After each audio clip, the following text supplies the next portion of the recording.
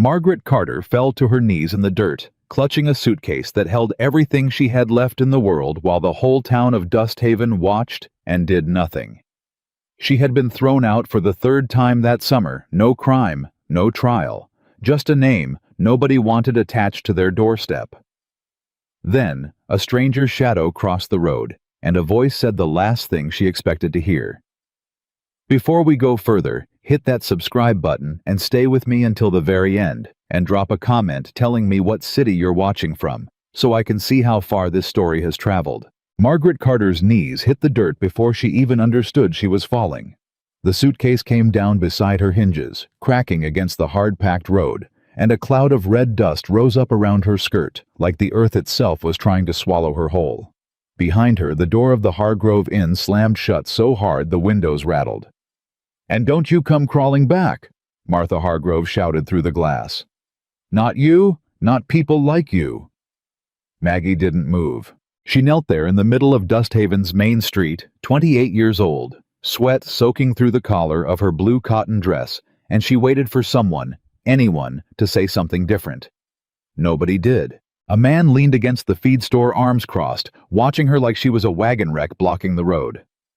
A woman pulled her daughter closer and crossed to the other side.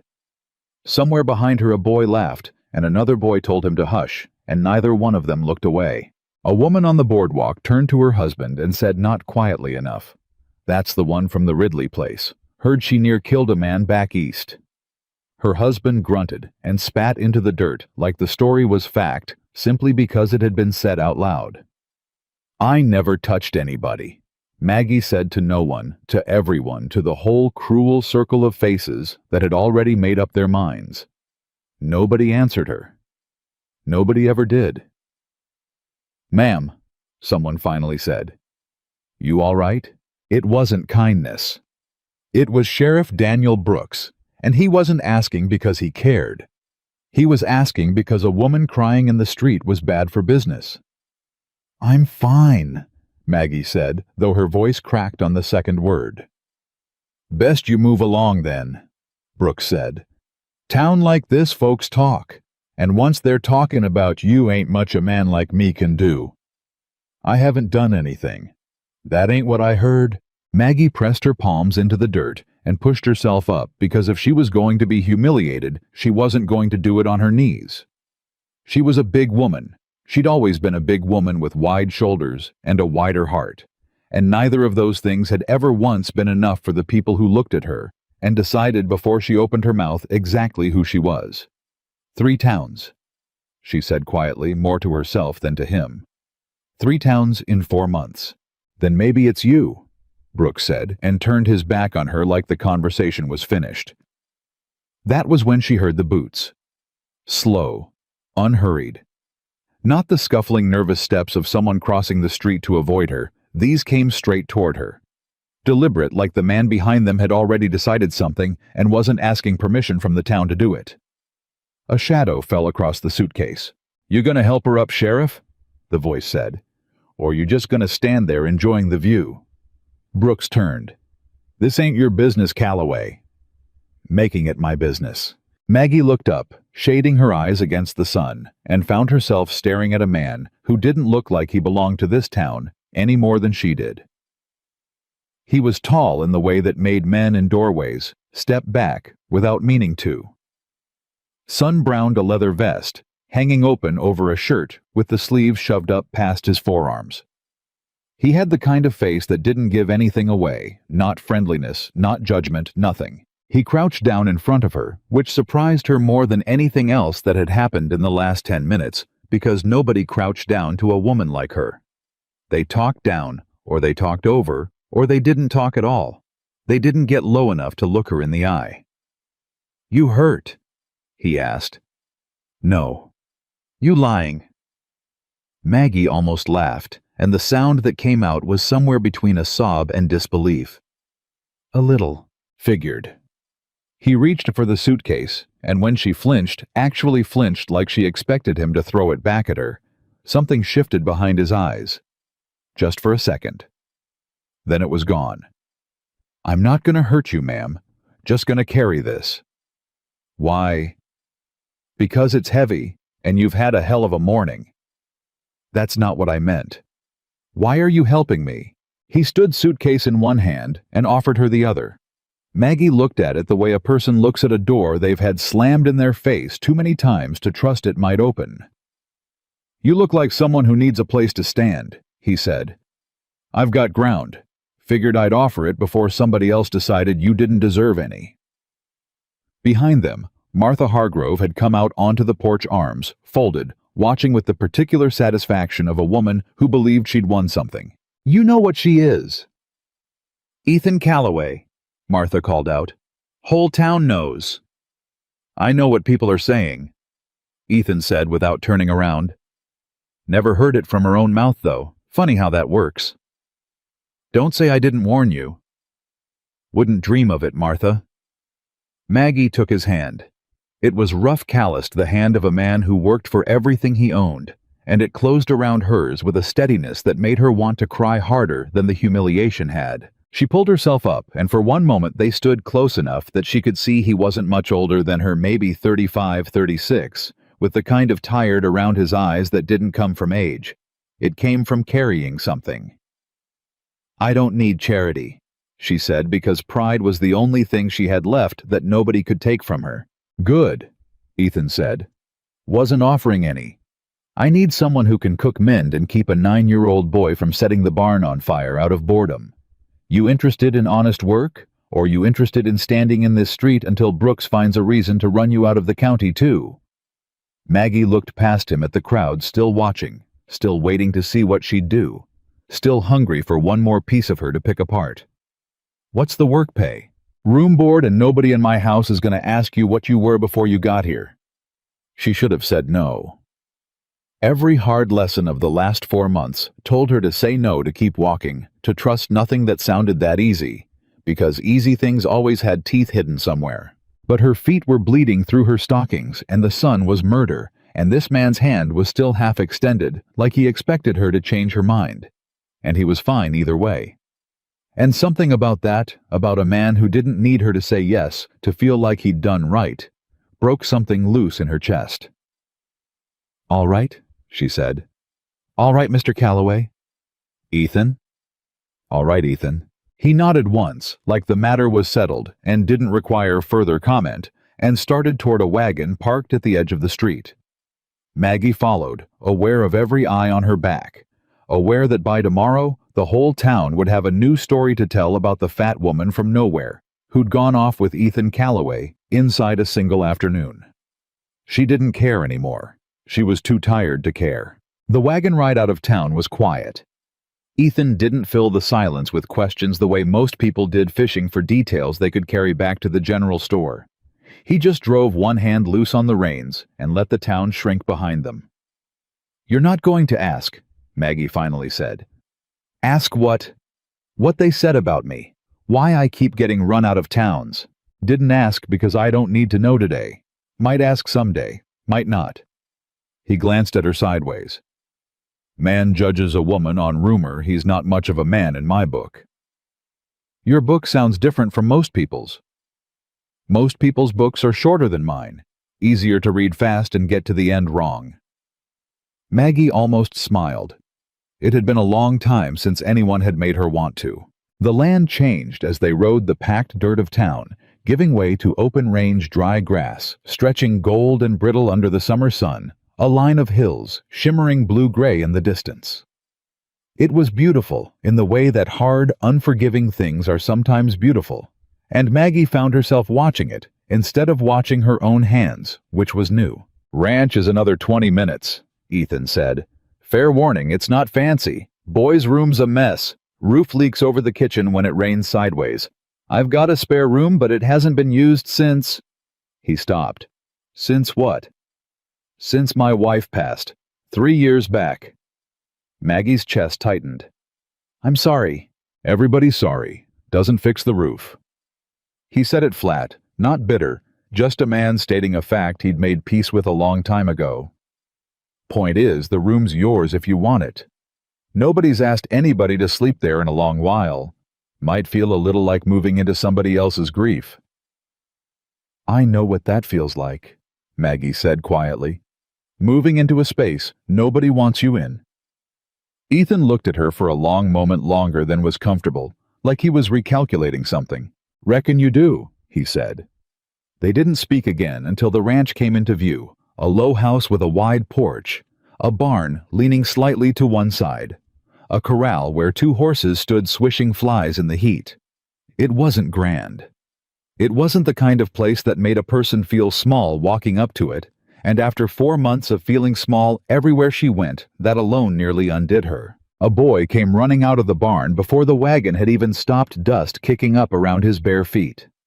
"Pa, you said you'd be back by noon, it's already—" He stopped short when he saw Maggie, his whole small body going still with the particular suspicion children reserve for strangers brought home by their fathers. "Who's that?" "This is Miss Carter," Ethan said, climbing down. "She's going to be staying with us a while, helping around the house." The boy, Luke, Maggie would learn within the hour, looked her over, the way a 9-year-old looks over anything new without mercy, without pretense, taking in every detail and deciding what to do with it on his own terms. "You're big," he said. "Luke," Ethan warned. "It's all right." Maggie said, climbing down from the wagon herself, refusing his hand this time because she needed badly to do one thing on her own legs. "He's not wrong. Ma used to say big meant strong," Luke said, still watching her. "She said skinny women fall over in the wind." Something in Maggie's throat went tight and hot. "Your ma sounds like she was smart." "She was." Luke kicked at the dirt. "She's dead now." "I know. I'm sorry." "Everybody's sorry," Luke said, echoing his father's words exactly in the exact same flat tone, and Maggie understood in that instant precisely how much of this boy had been shaped by watching his father survive something unbearable and refuse to fall apart out loud. "Well," Maggie said, "I'm not going to say sorry then. I'm going to say I hope you'll show me where the kitchen is, because I imagine you boys have been eating burnt beans for 3 years, and somebody ought to put a stop to it." For the first time, something like a smile tugged at the corner of Luke's mouth before he caught it and stomped it flat. "Pa's beans ain't burnt. They're just dark."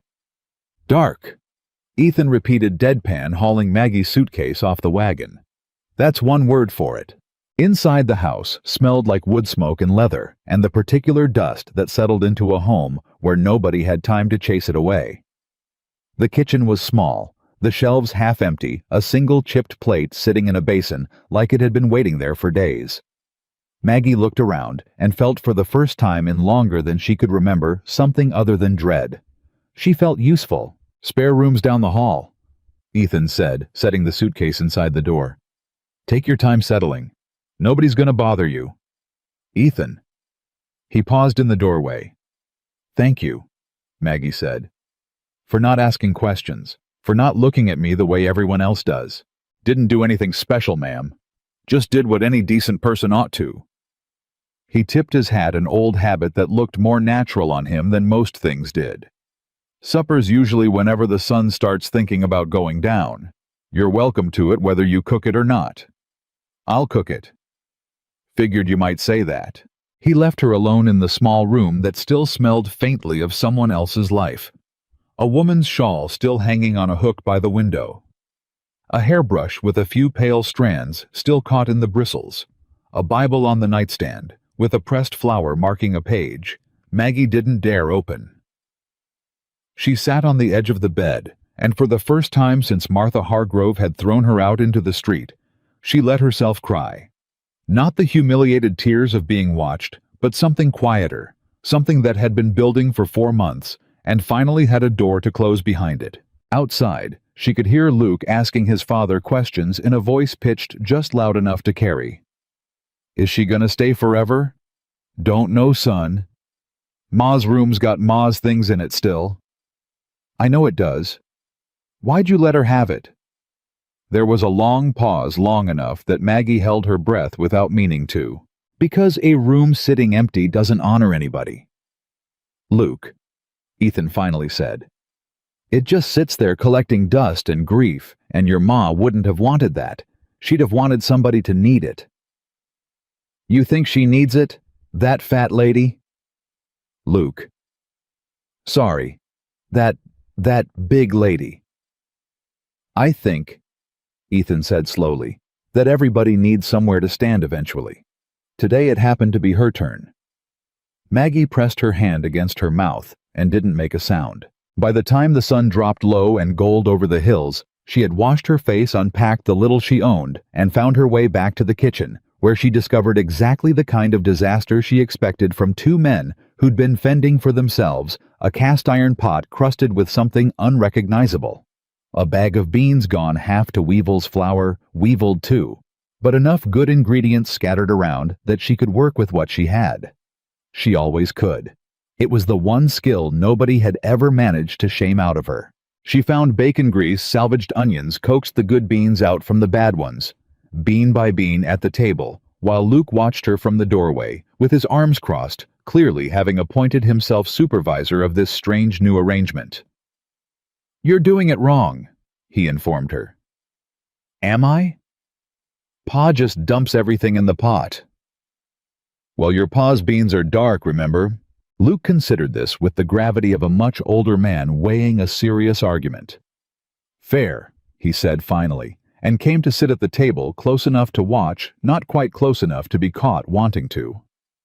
By the time Ethan came in from the barn, dust and sweat clinging to him, the smell that met him in the doorway stopped him cold. "That real food?" he asked. "It's beans, same as always," Maggie said. "Just not dark ones." He sat at the table across from her, and Luke sat between them. And for a few minutes the only sound in the house was the scrape of spoons and the low hum of the evening settling outside. Nobody spoke about Martha Hargrove. Nobody spoke about the town or the sheriff or the 4 months Maggie had spent being told over and over in different words that she didn't belong anywhere. For 1 hour in a kitchen that still smelled like someone else's grief, and now faintly like onions and bacon fat, and something like hope, Margaret Carter simply existed unremarked upon, unjudged. And it was the strangest, most overwhelming relief she had ever felt in her life. Halfway through the meal, Luke hissed and pulled his hand back from the table, cradling it against his chest. "What happened?" Maggie asked, already reaching for him before she'd thought better of it. "Nothing." He tucked his hand under the table jaw, tight in a way that reminded her painfully of his father. "Luke. It's just a splinter, Pa, from the barn this morning. It ain't nothing." Ethan set down his spoon. "Let me see it." "It's fine." Luke Calloway. The boy sighed. The sigh of a child who knew arguing with that particular tone was a losing battle, and held out his palm. A splinter deep and angry red around the edges sat lodged just below his thumb, the skin already puffing up with the first threat of infection. "That needs to come out tonight," Maggie said, "or it's going to fester." "I can get it," Ethan said, already rising for the sewing kit on the shelf. "You have a needle sharp enough, a clean cloth, and something to boil water in." "I've dug out plenty of splinters." "I'm sure you have. I was a nurse for 6 years in a hospital that saw more infected wounds than most doctors see in a lifetime. Let me look at his hand before you go jabbing a sewing needle into a boy who's already had a hard week." Ethan paused halfway to the shelf, and something in his face shifted. Not offense, but a kind of quiet reassessment, the same look he'd given her on the wagon ride out of town. "All right," he said. "Show me." Maggie boiled water, cleaned the needle in the flame of the lamp until it glowed, and took Luke's small hand in hers, with a gentleness that made the boy go still and watchful. "This is gonna hurt for about 2 seconds, she told him. "You can yell if you want. I won't think less of you." "I don't yell." "Everybody yells the first time. It's not weakness, it's just true."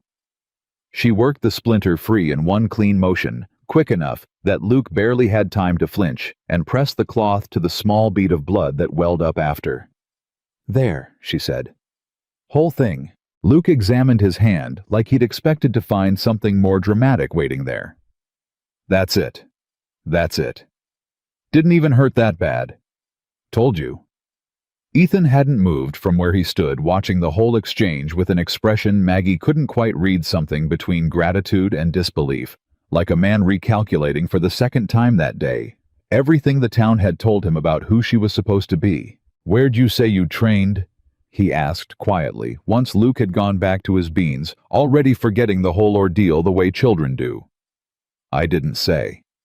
"You're not going to." "Not tonight." She met his eyes steady, daring him to push. "You said you wouldn't ask questions I wasn't ready to answer." "I did say that." He nodded once slow and picked his spoon back up. "Man's got to keep his word, even when his curiosity's killing him." "This is good," Ethan finally said, not looking up from his plate. "It's just beans." "No," he said, and this time he did look up, and there was something steady and certain in the way he said it that made her chest ache all over again. "It's the first meal that's tasted like something in this house since my wife died." "Don't sell that short, Miss Carter.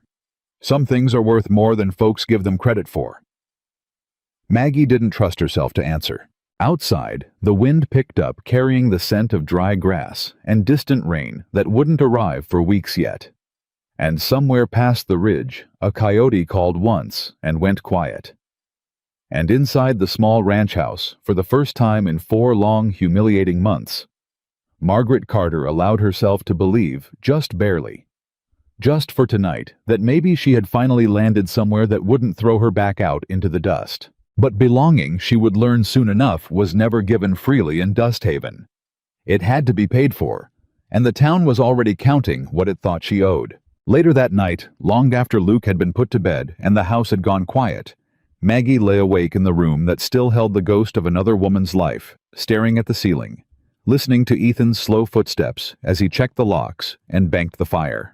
Small, careful rituals of a man who'd learned the hard way that safety wasn't something you assumed, it was something you built, board by board, lock by lock, night after night. She thought about Martha Hargrove's voice cutting through the heat. She thought about Sheriff Brooks turning his back on her, like she was a problem that would solve itself if ignored long enough. She thought about 3 towns in 4 months. 3 sets of eyes that had looked at her body before they'd looked at her face. 3 doors slammed before anyone bothered to ask her name. And she thought about a man crouching down in the dirt to meet her eyes instead of standing over her, and a boy who called her big without cruelty because his dead mother had taught him strength, came in every shape, and a spare room that had been empty for 3 years because nobody in this house had been ready to let it be used again until today. She didn't know yet what Ethan Calloway was running from, or why his silence carried the particular weight of a man guarding something. She didn't know that Martha Hargrove had already sent a letter toward Austin that afternoon, ink barely dry, aimed straight at unearthing whatever secret had chased Maggie out of 3 towns already. She didn't know that Sheriff Brooks had pocketed money more than once to make sure certain names never followed certain women west. All she knew, lying in a stranger's bed in a stranger's house, was that for the first time since she could remember, nobody had looked at her and decided before she said a word exactly who she was. Somewhere down the hall, she heard Ethan's door click shut, the last small sound of the house settling into night. She thought of his voice saying, "It's the first meal that's tasted like something in this house since my wife died," and the way he'd said it without asking for pity, just stating it plain, the way he seemed to state everything. She thought of Luke's small hand steady in hers, trusting a stranger with a needle because his father had told him to, and how easily that trust could be shattered if the town got its way, if the letter already sealed and waiting in Martha Hargrove's desk drawer ever found its way to whoever was looking for Margaret Carter back in Austin. She didn't know about the letter yet. She wouldn't know for days. And for tonight, in the heavy stillness of the Texas summer heat, that ignorance was its own kind of mercy enough to let her finally close her eyes and sleep. Morning came hard and early, the way it always did on a working ranch, and Maggie was up before either of them, flour on her hands, and a fire already crackling under the stove, by the time Luke stumbled into the kitchen rubbing his eyes. He stopped in the doorway and stared at the table like it had personally offended him. "What is that?" "Eggs and biscuits, and you're going to eat both before you set one foot outside." "Pa lets me skip breakfast sometimes." "Your pa also thinks dark beans count as seasoning." I wouldn't be quoting him as an authority on nutrition. Luke's mouth twitched, fighting a smile the way he always did. Like smiling at her was a concession he wasn't ready to make out loud. He sat down anyway and picked up a biscuit and bit into it before his pride could stop him, and the small, satisfied sound he made was answer enough. "These are better than Pa's. Your Pa's biscuits could double as roof shingles. Don't tell him I said that. Wouldn't dream of it." Ethan came in a few minutes later, hat already on, and stopped in the doorway, the same way Luke had, taking in the table, the smell the boy actually eating before being threatened into it. "What did you do to him?" "Fed him something that wasn't burnt. I'll have you know my biscuits have character. They have the structural integrity of a brick is what they have." Luke laughed an actual laugh, bright and unguarded, the kind of sound that made Ethan go still for half a second, like he was cataloging it, filing it away somewhere he could find it again later. Maggie noticed. She noticed everything about the way this man watched his son, hungry for small proof that the boy was still capable of being a boy underneath all that careful grown-up quiet. "Eat fast," Ethan said, sitting down across from her. "Fence is down on the north pasture. Gonna need help stringing new wire before the herd finds the gap and wanders clean into the next county." "I can help," Maggie said. "You ever strung fence wire?" "No. I've set broken bones, delivered breech babies, and held a man's guts in with my bare hands until a surgeon got there. I think I can manage wire." The table went quiet. Luke looked up from his biscuit, eyes wide. Ethan set his coffee down slowly. "You did that." Maggie realized a half-second too late what she'd let slip. She busied herself with the skillet, keeping her back to him. "I told you, I was a nurse. You said hospital work. That's not hospital work. That sounds like war." It was close enough to it some days. She didn't turn around. "I'm not ready to talk about the rest, Ethan. I told you that already." There was a pause long enough that she braced for him to push. Everyone always pushed eventually, once curiosity got the better of decency. But instead, she heard his chair scrape back unhurried. "All right," he said. "Wire's waiting. You coming or not?" That was it. No prying, no demand. Just the door left open, exactly as wide as she needed it, and Maggie found herself blinking hard against the sudden sting behind her eyes before she followed him out. The fence work was brutal, in a way she hadn't expected. Wire that fought her hands, posts that needed setting deep enough to hold against wind that never seemed to stop blowing sun, that turned the back of her neck raw within the hour. But there was a rhythm to it, a kind of honest exhaustion that felt different from the exhaustion of being watched, judged, weighed, and found wanting. Nobody here was measuring her. The fence didn't care what she looked like. It only cared whether she pulled the wire taut. "You're stronger than you let on," Ethan said, watching her haul a post upright without asking for help. People always assume big means weak, or slow, or lazy. She drove the post down with more force than strictly necessary. "I've spent my whole life proving otherwise, one fence post at a time if I have to." "Didn't assume anything," Ethan said. "Just calling it like I see it. It was the horse that gave them their first real trouble. A young gelding, still green, spooked by nothing anyone could name, a snake in the grass.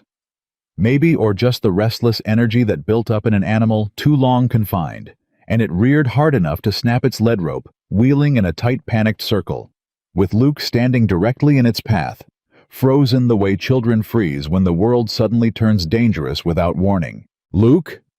Ethan's voice cracked across the pasture, already moving, but he was 30 yards out and the horse was 3. Maggie didn't think. She stepped between the boy and the animal, arms low, and open voice dropped into the same steady register she'd used 100 times on frightened patients thrashing against pain they didn't understand. "Easy," she said, not loud, not sharp, just calm and certain and endless. "Easy now. Nobody's hurting you. Easy." The horse's ears flicked toward her. Its wild eye rolled, found her, and something in the steadiness of her voice, the same steadiness that had talked grown men through amputations, without morphine, cut through its panic just enough. It slowed, stamped, blew hard through its nose. And then, impossibly, it stopped, sides heaving close enough that she could have reached out and touched its nose if she'd wanted to. She didn't move. She just kept talking low and even, until Ethan reached them and caught the trailing rope and only then did she let her own hands start shaking. Luke launched himself at her waist so hard she nearly lost her footing. Small arms wrapped tight face pressed into her side. "You all right?" she managed, hand coming down automatically to cradle the back of his head. "You stopped him," Luke said, muffled against her dress. You stopped him. Learned a long time ago that panic feeds on panic," Maggie said, still catching her own breath. "Best thing you can do for something scared is refuse to be scared back at it." Ethan hadn't said a word. He stood holding the gelding's rope, staring at her over his son's head, with an expression that had stopped being simple gratitude somewhere in the last 30 seconds and turned into something Maggie wasn't ready to name. "How'd you learn to do that?" he asked once Luke had finally loosened his grip enough to breathe. "Same place I learned everything else I don't talk about." Maggie ran a hand over Luke's hair, steadying herself as much as him. "Fear doesn't care if it's got 2 legs or 4. Talk slow, stay low, don't flinch. Works on frightened animals and frightened men, both in my experience." "You saying I'm a frightened animal, Miss Carter?" "I'm saying you flinch less than most, which is a compliment, so don't ruin it by arguing with me." "You keep doing things like that," he said finally. "Folks in town are going to have to find something new to gossip about." "Doubtful?" Maggie said. Folks in town would find a way to make even that sound suspicious. She wasn't wrong, and both of them knew it, and the knowledge settled over the moment like a shadow neither wanted to acknowledge out loud. The supply run into Dusthaven came 2 days later, and Maggie felt the dread of it building the whole ride in a tight coil, low in her stomach, that no amount of Luke's chatter from the wagon bed could loosen. "You don't gotta come," Ethan said quietly, reading her the way he seemed to read everything without needing it spelled out. "I can get what we need. I need thread, and you'll forget the thread same as you forgot it the last 3 trips. I did not forget it 3 times. You forgot it twice and lied about the 3rd. Luke snorted from the wagon bed. "He did. I heard him telling Pete he just didn't feel like buying thread." "Traitor," Ethan muttered, and Maggie almost laughed, almost let the dread loosen its grip right up until the wagon rolled onto the main street, and every face on the boardwalk turned toward them at once, the way a field of sunflowers turns toward something it doesn't trust. The general store was worse. The owner, a thin, nervous man named Whitlock, watched her cross the threshold like she'd tracked something dangerous in on her boots. When she set her list on the counter, he didn't reach for it. "We're low on most of that," he said, not looking at the list at all. "You've got full shelves behind you, Mr. Whitlock. Low on what you're asking for specifically." "I'm asking for thread and flour." Like I said, Maggie felt her face go hot, felt every eye in the store swing toward her, felt the familiar sickening weight of being made small in front of an audience that enjoyed the show.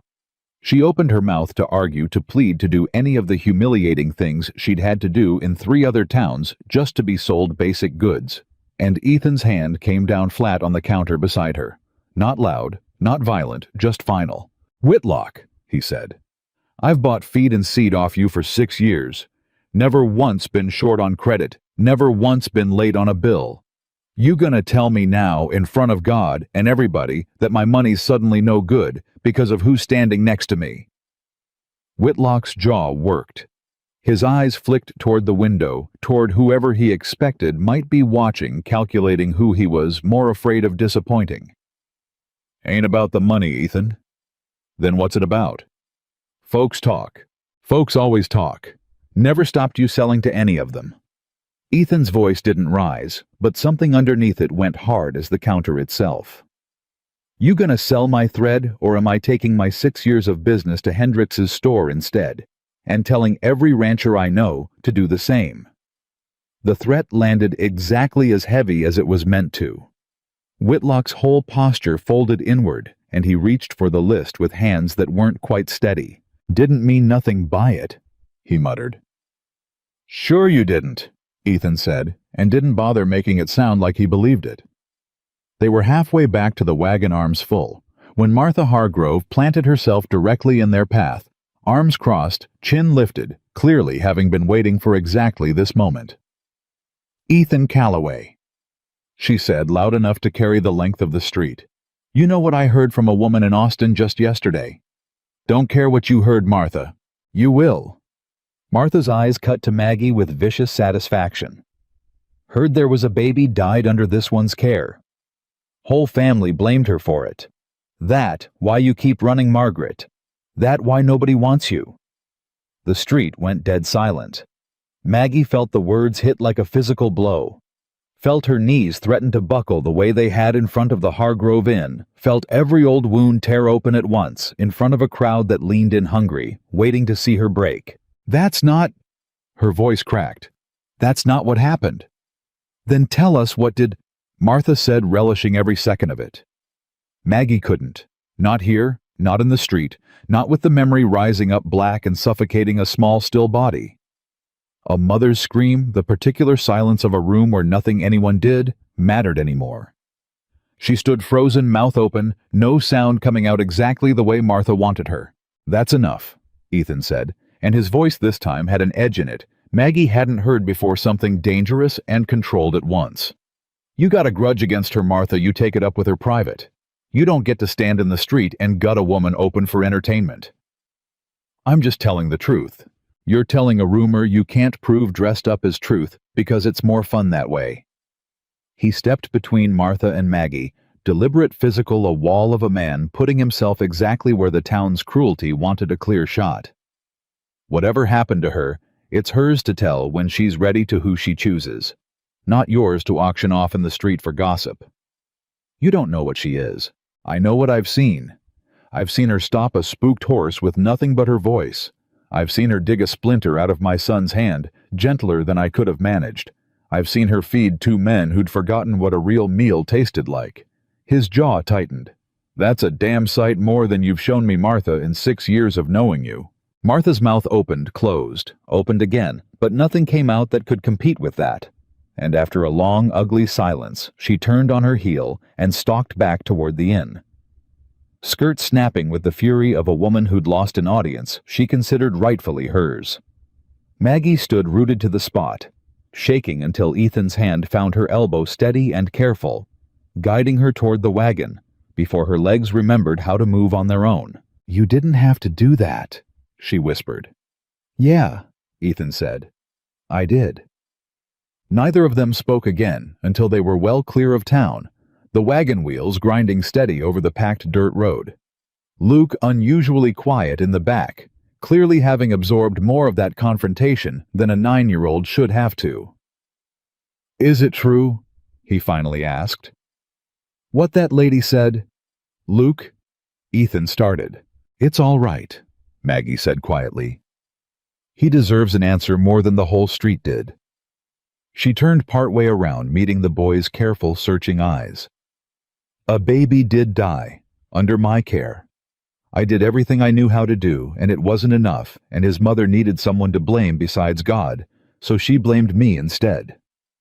The town believed her because grief is louder than truth, and I couldn't stay somewhere that had already decided who I was. That ain't fair," Luke said, fierce in the particular way only children can be fierce, absolute, and uncomplicated. "No," Maggie agreed. "It isn't." "You didn't kill him." "No, I didn't." "Then why do you let people say you did?"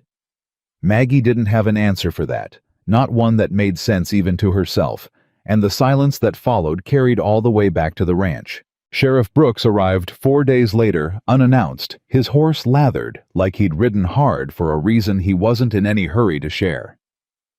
Ethan met him in the yard, before he'd even swung down from the saddle arms, crossed already reading trouble in the man's face. "Brooks, Calloway." Brooks's eyes slid past him toward the house, toward the window, where Maggie stood half-hidden watching.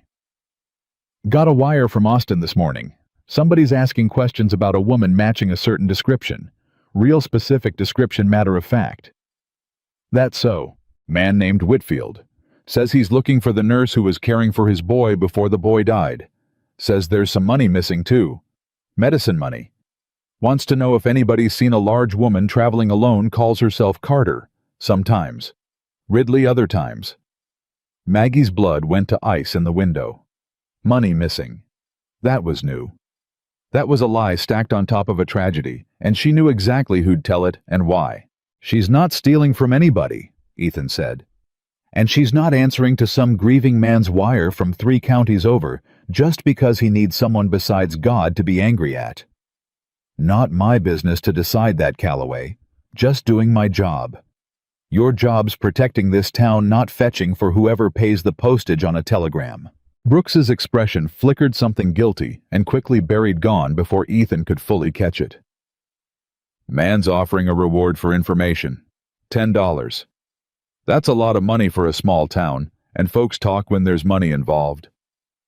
"You planning on collecting it?" "I'm planning on doing my duty."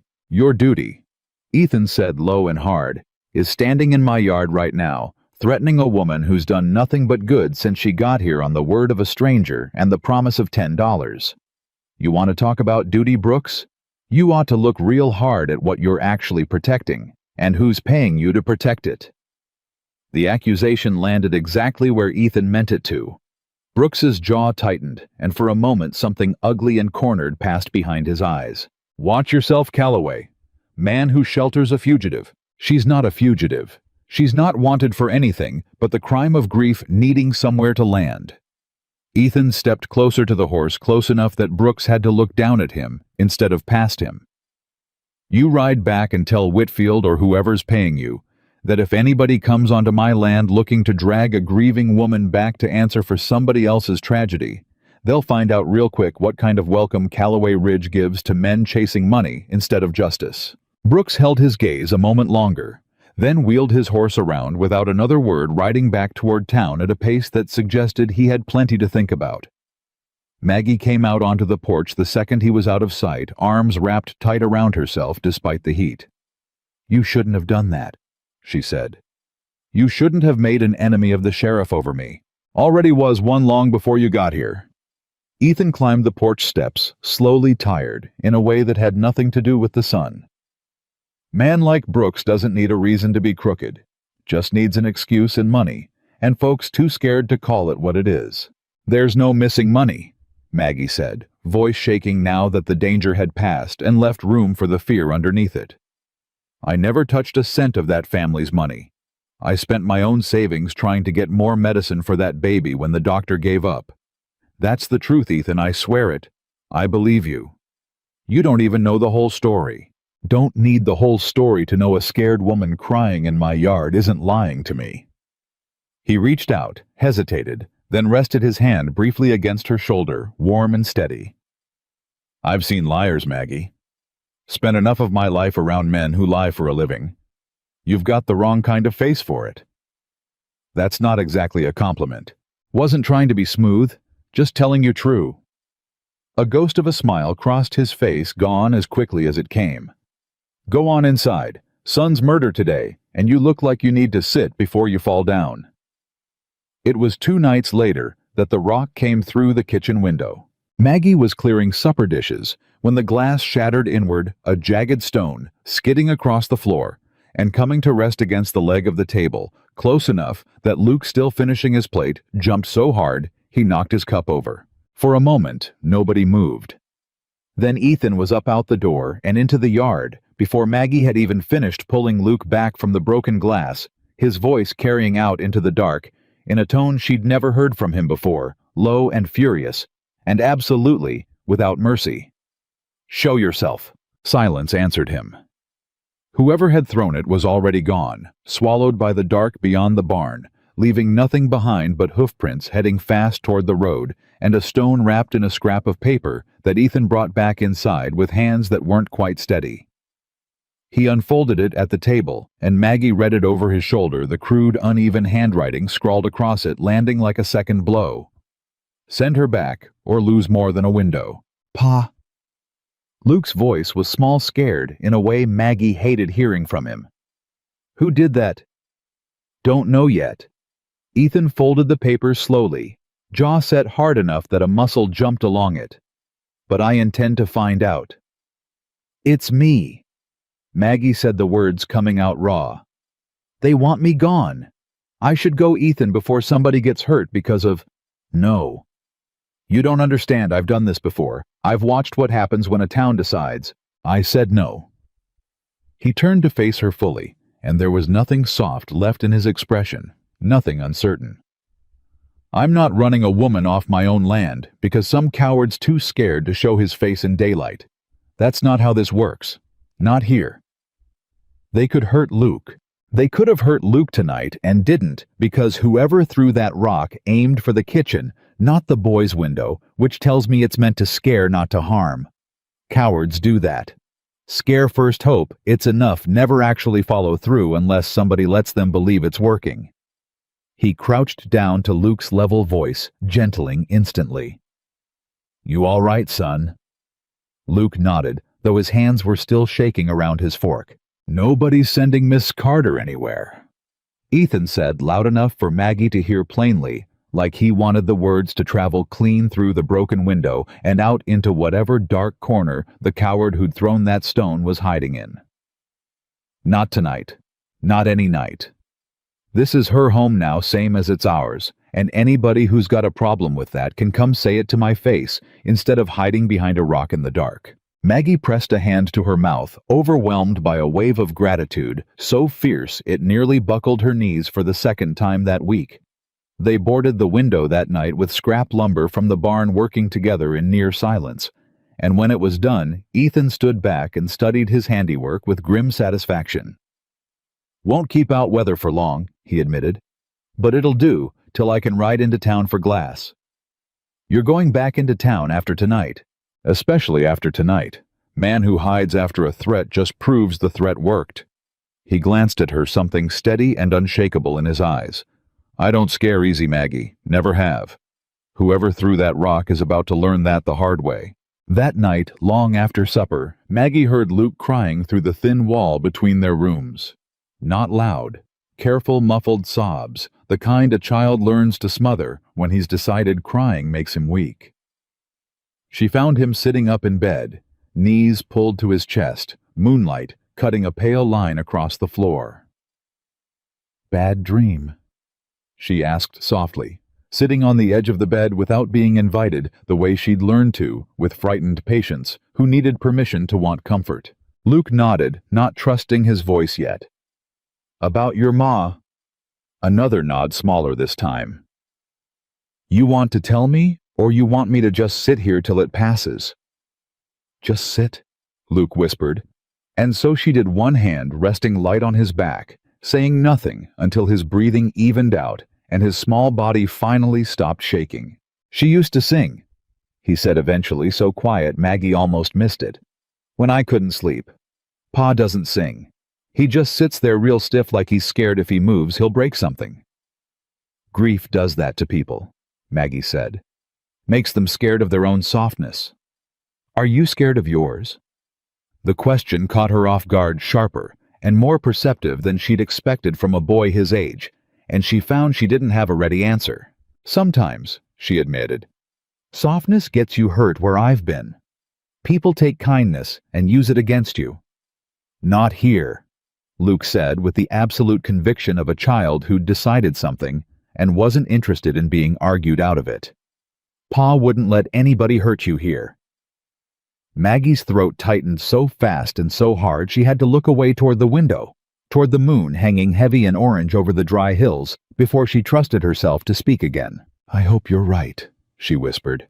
The days that followed fell into something Maggie hadn't dared to call a rhythm yet, though it felt dangerously close to one mornings thick with flour and coffee, and Luke's grudging good humor afternoons spent learning the particular language of the ranch evenings that ended more often than not with Ethan lingering at the table a few minutes longer than the work required, saying nothing important, just staying. It was Pete, the old hired hand, who worked the far pasture and rarely came near the house, who tested her hardest. He'd heard the town gossip, same as everyone, and he made his suspicion plain the first week, watching her from a distance with the flat, unimpressed eyes of a man who'd seen plenty of strangers come and go and trusted none of them on arrival. Heard you're some kind of killer nurse, he said flatly, the first time she brought him water in the field. Heard you're some kind of drunk who lost his last job for showing up sideways, Maggie said, just as flat, holding out the water like the insult hadn't happened. Pete stared at her a long moment. Then slowly, something that might have been respect crossed his weathered face, and he took the water without another word. "You always talk to folks that way?" he asked, wiping his mouth with the back of his hand. "Only the ones who talk to me that way first." "Fair enough." He squinted at her, sizing her up all over again, this time without the suspicion. "Calloway know you got a mouth on you like that." "Calloway's got a mouth of his own. Reckon that's part of why we get along." Pete grunted, which she was beginning to understand was as close to laughter as the old man allowed himself, and went back to his fence work without another word. By the second week, he'd started leaving a fresh-caught fish on the porch some mornings.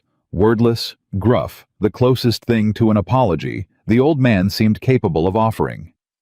By the third, he'd taken to grumbling at Luke to fetch Miss Carter when he cut his hand on a wire splice, trusting her steady stitching over his own shaking fingers without needing to say so out loud.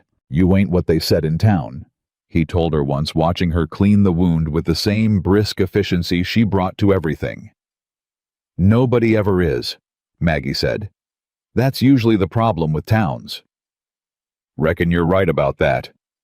He flexed his bandaged hand and nodded once like he was closing a ledger on a debt he'd finally settled.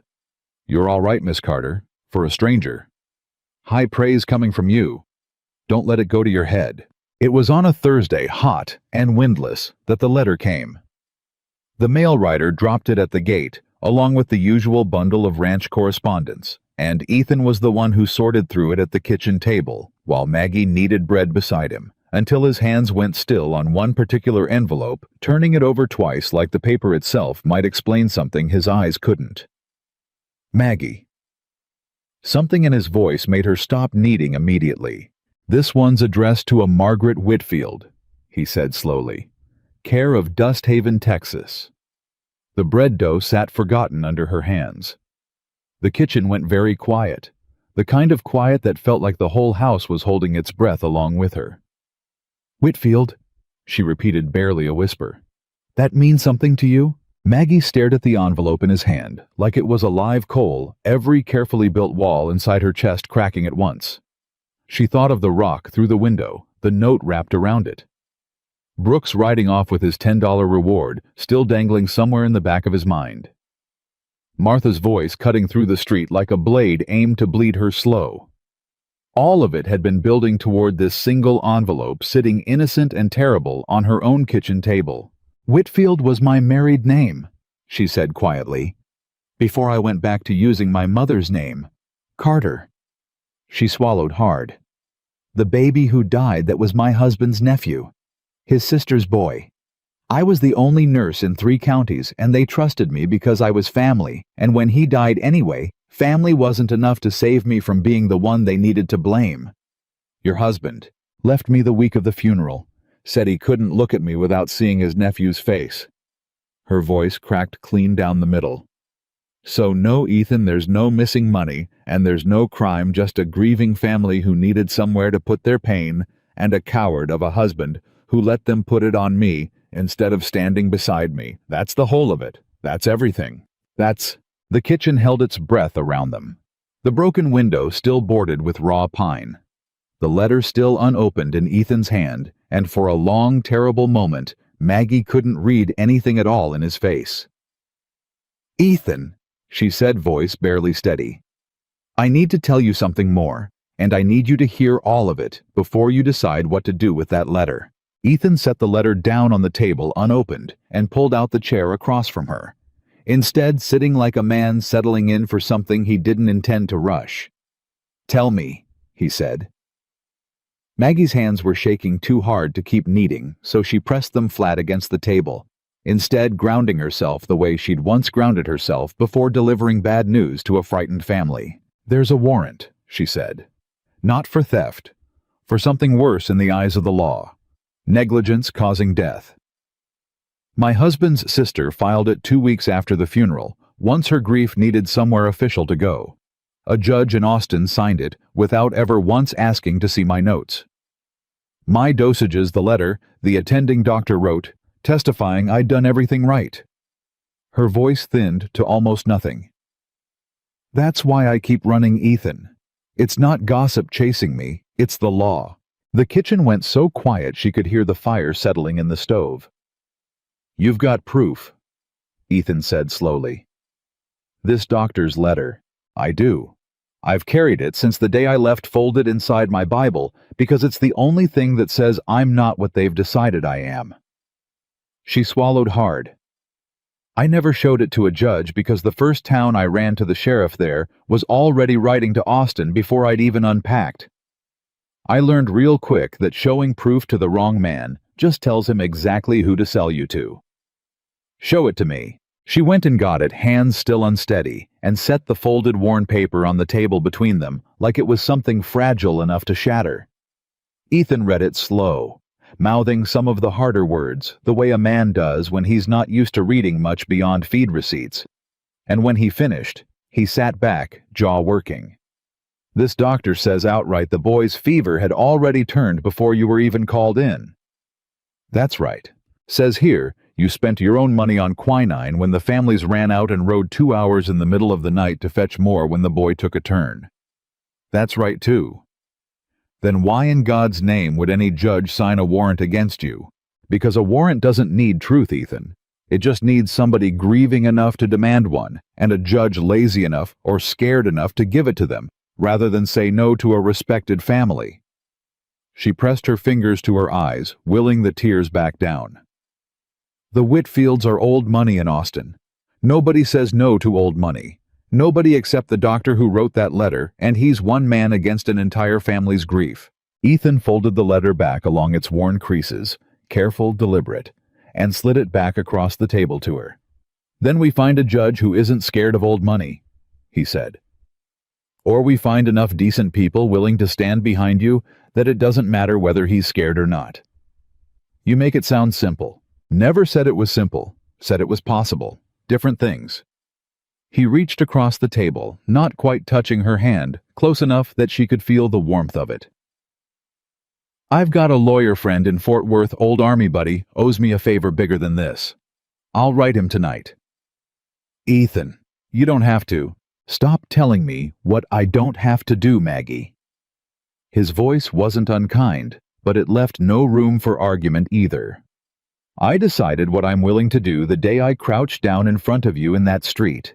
Everything since has just been me following through on it.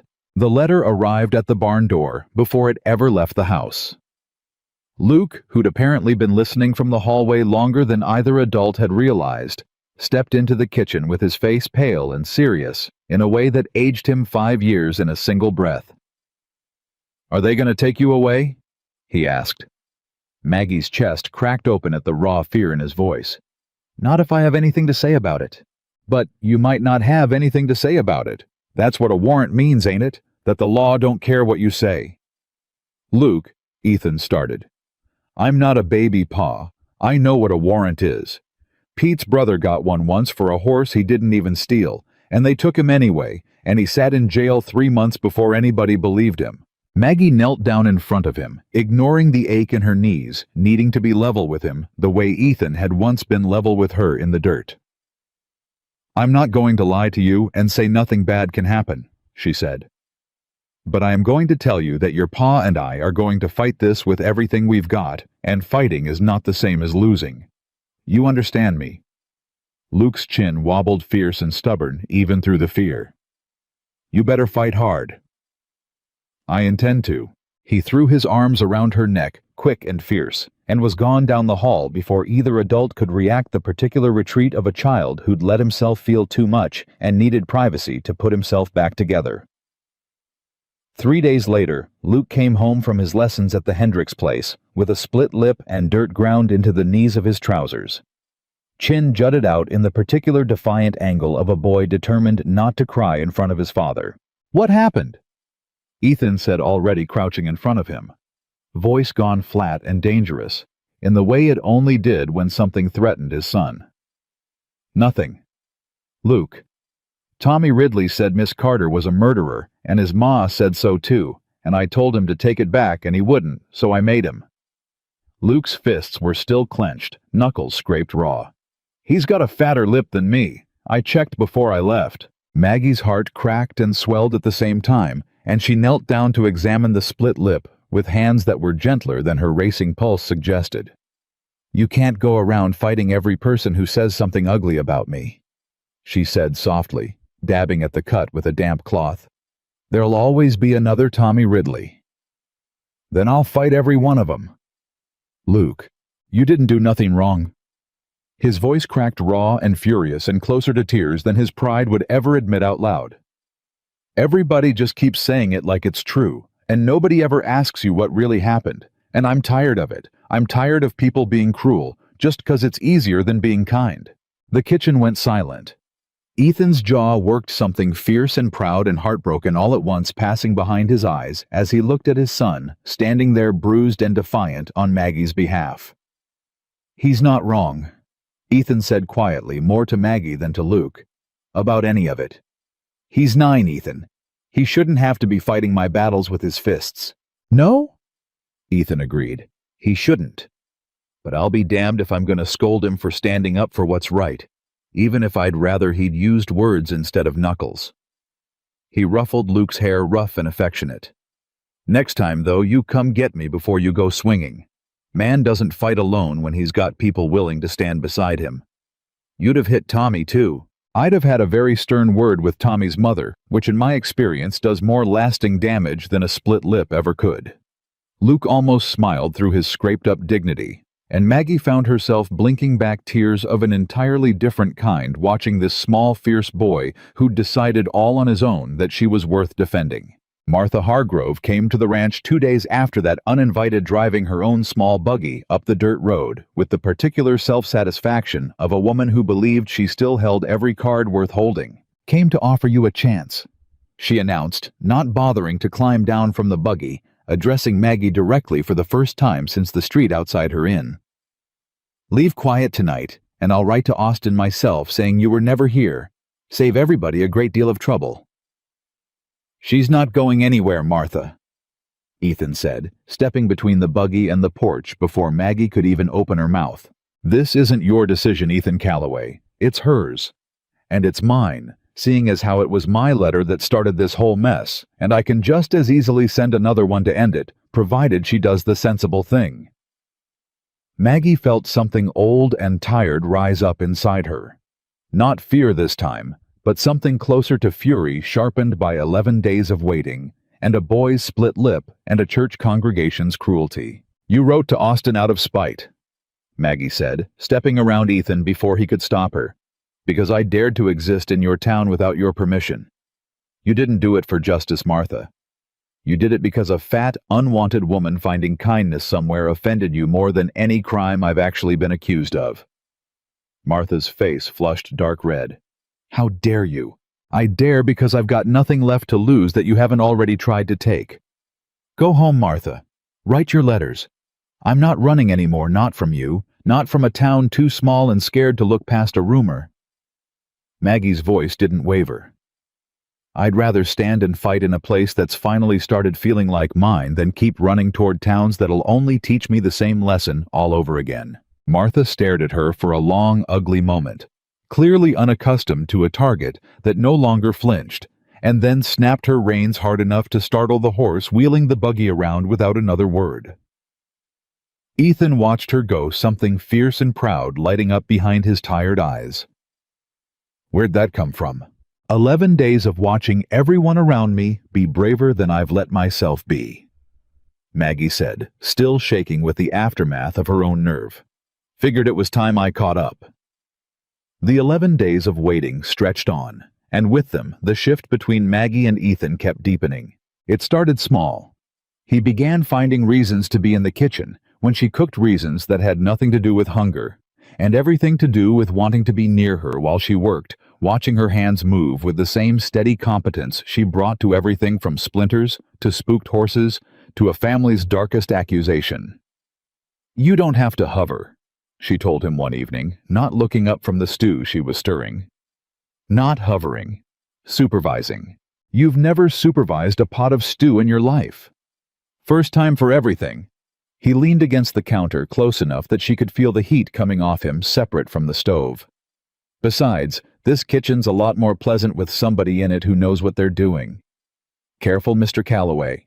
That's dangerously close to a compliment. I give those out sparingly. Wouldn't want you thinking I was easy. Maggie laughed, a real laugh surprised out of her, the kind she hadn't managed in longer than she wanted to admit. And when she glanced up, Ethan was watching her with an expression that stole the laugh right back out of her chest and replaced it with something far more dangerous. Neither of them moved for a long moment. The stew went on simmering, forgotten. "Maggie," he said low. "Don't," she whispered, though she didn't step back. "Please don't, not right now. Not with a warrant hanging over my head and a marshal maybe already on his way. I can't let myself want something I might not get to keep." Something in his face gentled understanding rather than wounded. "All right," he said. "I'll wait. I'm good at waiting when the thing's worth it." "How do you know I'm worth it?" "Because a woman who spent her own savings on quinine for a stranger's child, who stopped a spooked horse with nothing but her voice, who stitches wounds gentler than any doctor I've paid for, that's not a woman I have to wonder about, Maggie. That's a woman I already know." She had to turn back to the stew then, because if she looked at him one more second, she was going to do something neither of them would be able to take back, warrant or no warrant. Sunday came, and with it the particular cruelty of a small town's church. Maggie hadn't wanted to go. Every instinct told her to stay clear of anywhere the whole of Dusthaven gathered in one place, but Ethan insisted, quiet and immovable. "You hide from them, they win," he said. "I'm not raising Luke to believe hiding is the answer to cruelty." They arrived just as the bell finished ringing, walked up the church steps together. Luke between them in his one good shirt, and the congregation's collective silence hit harder than any shout could have. The preacher's wife, a thin woman named Constance Ridley, stepped directly into their path at the door. "We don't have room today," she said loud enough to be heard by the whole gathered crowd behind her. "Church has 40 empty pews, Mrs. Ridley," Ethan said evenly. "I've counted. Not for her kind." "Her kind," Ethan repeated, and something in his tone made even Constance falter half a step. "You mean the kind that nurses sick children through the night, stitches wounds for free, feeds anybody who shows up hungry at her door, no questions asked. That kind of person you're saying doesn't belong in a house of God. You know what she's accused of. I know what she's accused of, and I know what the doctor who actually treated that child wrote in his own hand, which is more than you've bothered to find out before standing in a church doorway, passing judgment." Ethan's voice carried now deliberate, meant for every ear straining to listen. "Funny thing about churches, Mrs. Ridley. Seem to remember something in there about judging, not lest you be judged the same. Maybe dust off that page sometime." Constance's mouth pressed into a thin, furious line, but she stepped aside, unwilling to be the one who turned violent in front of witnesses, and Ethan walked Maggie and Luke straight down the center aisle to a pew near the front, ignoring the whispers that trailed them the whole way. Maggie sat rigid through the entire service, feeling every eye on the back of her neck, and it was only Luke's small hand finding hers, halfway through the sermon, squeezing once fierce and wordless, that kept her from bolting for the door. Afterward, on the church steps, Sheriff Brooks caught Ethan's arm before they could leave, pulling him aside with an urgency that made Maggie's stomach drop all over again. "Words come through," Brooks said, low, glancing over his shoulder like he was afraid of being overheard by his own conscience. "Marshal's been assigned. Man named Cole. He's thorough, and he doesn't care whose land he rides onto to collect a warrant. When? Could be days. Could be tomorrow. Marshals don't send advance notice, Calloway. That's rather the point of them." "Why are you telling me this?" Brooks's jaw worked, and for a moment the mask of petty small-town authority slipped, revealing something more human and considerably more ashamed underneath it. "Because I took Whitfield's $10, and I've regretted it every day since I watched you stand up for that woman in the street like she was worth standing up for. I don't figure I'm a good man, Calloway. But I ain't rotten enough to watch a marshal drag away somebody who's done nothing but good since she got here, not without at least giving you warning to do something about it. What can we do? Get that doctor's letter in front of a real judge before Cole arrives. Marshal's got no discretion once he's standing on your porch with a warrant in hand. He'll take her whether the letter's true or not, and it'll take months to sort out from inside a jail cell." Brooks's eyes flicked toward Maggie, something almost apologetic in them. Get ahead of it, or you won't like what happens once it's already here. He walked away before Ethan could thank him, disappearing into the thinning church crowd, like a man eager to put distance between himself and his own conscience. Maggie's knees had gone weak listening, and Ethan's hand came to her elbow, immediately steadying her the way he'd done in the street that very first day, like some instincts never wore off. We ride for Fort Worth first thing tomorrow, he said. Get that letter to my lawyer friend in person instead of waiting on the mail. Faster that way. That's 2 days' ride, Ethan. What if the marshal comes while we're gone?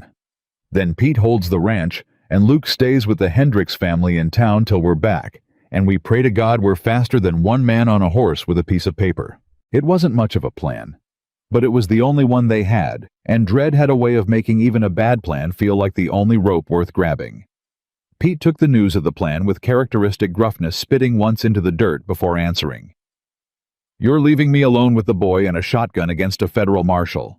You're leaving Cole with a locked gate, a stubborn old man, and enough birdshot to make him think twice about riding in uninvited, Ethan corrected. Nobody's asking you to shoot a marshal, Pete.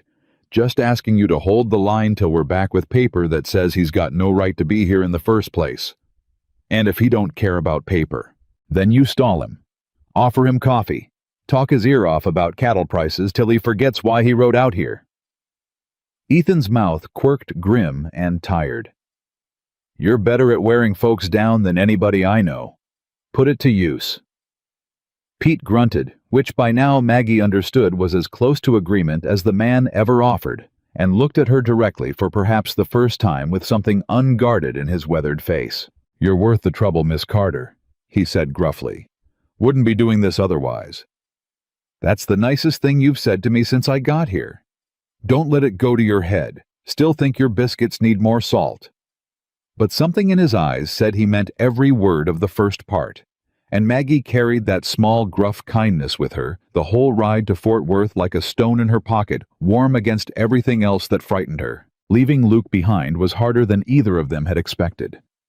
He stood in the yard at dawn, arms crossed tight over his chest, jaw set in that same stubborn line his father wore when he was determined not to show how scared he was.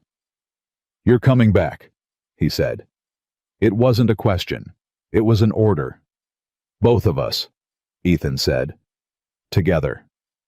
Pete says marshals don't always give folks a fair shake. Pete talks too much, Ethan said, though there was no real heat in it. You mind him while we're gone, and you mind the Hendricks family, and you don't go picking fights with any more Ridleys no matter what they say. No promises. Luke. Fine, I'll try. Maggie knelt in front of him, one last time, cupping his face in both hands, the way she imagined a mother might, though she'd never quite let herself think the word before this moment. I need you to be brave for a few days. Can you do that for me? I'm already brave, Luke said, fierce and wounded at the suggestion otherwise. I just don't want you to go. I don't want to go either, but going is how we make sure nobody can ever make me go for good.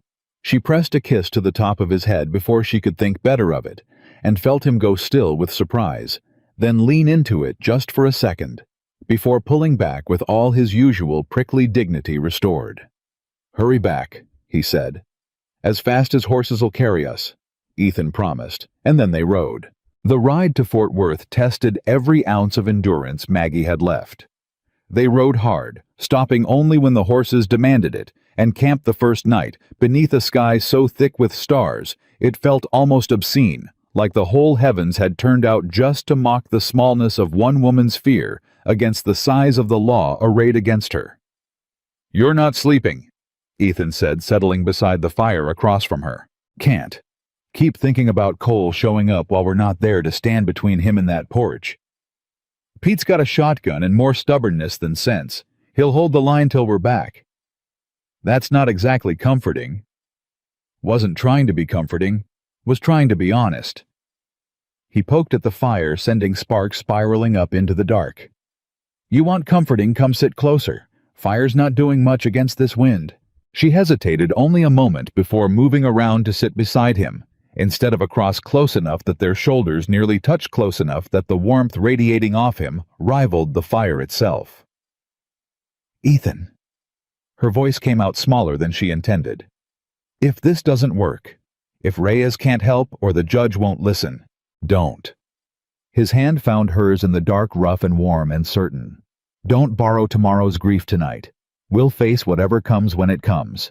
Tonight, you're just a woman sitting by a fire with a man who's about 2 seconds from doing something he promised he'd wait to do." Her breath caught. "What's stopping you? Promised myself I'd wait till the warrant wasn't hanging over your head. Didn't want you thinking I only wanted this because you were scared and needed somewhere to put your fear." His thumb traced slow, absent circles over her knuckles. "Want you choosing me clear-headed, Maggie. Not desperate." "I'm not desperate." "Good," he said low. "Then we'll wait. 90 days from now, when there's no warrant left between us, I intend to ask you something, and I want you answering from a place of wanting, not owing." Maggie leaned her head against his shoulder, and for the first time in longer than she could remember, the fear didn't feel quite so large sitting next to something that steady. Fort Worth greeted them the next afternoon with noise and dust and a locked office door, a hand-lettered sign reading "Out of Town, Return Thursday," tacked crookedly to the frame. Maggie's stomach dropped straight through the boardwalk. "Thursday. That's 3 more days, Ethan. 3 more days Cole could already be standing on your porch, not giving up before we've even tried the courthouse." Ethan was already moving long strides eating up the street, and Maggie hurried to keep pace, dread and hope tangling together so tight she couldn't tell which one was driving her feet. The courthouse clerk, a bored young man with ink-stained fingers, barely looked up from his ledger. "Reyes ain't seeing clients today. Circuit business." "Where?" "Judge's chambers, 2nd floor, but he's mid-hearing, can't just—" Ethan was already climbing the stairs 2 at a time. Maggie followed, heart-hammering past a startled bailiff who opened his mouth to object and thought better of it at the look on Ethan's face, until they found Reyes himself, just stepping out of a courtroom, files tucked under one arm, clearly midway through a day already too full for surprises. "Calloway." Reyes blinked, taking in the dust and desperation on both their faces. "This better be exactly as urgent as you look. Marshall's coming for her," Ethan said without preamble. "Days, maybe hours. We need that letter in front of a judge before he arrives, or none of it matters." Reyes's expression shifted instantly from irritation to focus, the look of a man who understood exactly how quickly a good case could turn into a lost one if the clock won. "My office. Now. Tell me everything and don't leave anything out because judges notice gaps faster than lies." Samuel Reyes listened to the whole story with the careful, unreadable patience of a man who'd heard plenty of tragic stories dressed up as crimes, occasionally stopping Maggie to ask a question so precise it felt like being examined all over again by someone determined to find the exact shape of the truth rather than the shape of the accusation. "You never once billed the family for the extra medicine," he said, tapping the doctor's letter. "That's in here too. A woman stealing money doesn't spend her own coin covering a dying child's care." "I didn't think about the money at all," Maggie said quietly. "I just wanted him to live.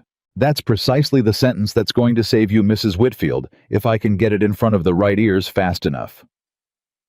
Reyes closed his file with a decisive snap. "This is good," he said. "This is very good, in fact. A first-hand medical account contradicting the negligence claim written the same week it happened before any lawsuit was filed. That's exactly the kind of evidence that unravels a rushed warrant." He tapped the paper. "I can file for an emergency review with the circuit judge here in Fort Worth. It won't dismiss the warrant outright, but it'll suspend enforcement until a proper hearing can happen. That buys you months instead of days. And if the judge refuses—" Maggie asked, bracing for the answer, even as she asked it. "Then we find another judge, and another, until one of them actually reads the evidence, instead of just the accusation." Reyes's mouth quirked dry and knowing. "I didn't get into this profession because judges are consistently reasonable, Mrs. Whitfield. I got into it because occasionally, with enough persistence, they are." The filing took the better part of a day hours, that dragged with an agony Maggie hadn't known was possible outside a hospital ward, until finally, Reyes returned with a signed order clutched in his hand and something like triumph in his tired eyes. "Enforcement suspended. he said. "Pending full hearing in 90 days. Any marshal who tries to execute that warrant before then is acting outside his authority, and I'll have him held personally accountable if he tries." Maggie's legs gave out entirely this time, and it was Ethan who caught her, lowering her gently into the nearest chair, while she pressed both hands over her mouth and wept, the sound raw and disbelieving, and finally, something close to relief. "It's not over," she managed once she could speak again. 90 days isn't forever." "No," Ethan agreed. "But it's 90 days we didn't have yesterday, and 90 days is enough time to build something a warrant can't tear down easy." Reyes walked them to the door himself, unusual courtesy for a man that busy, and paused with his hand on the frame.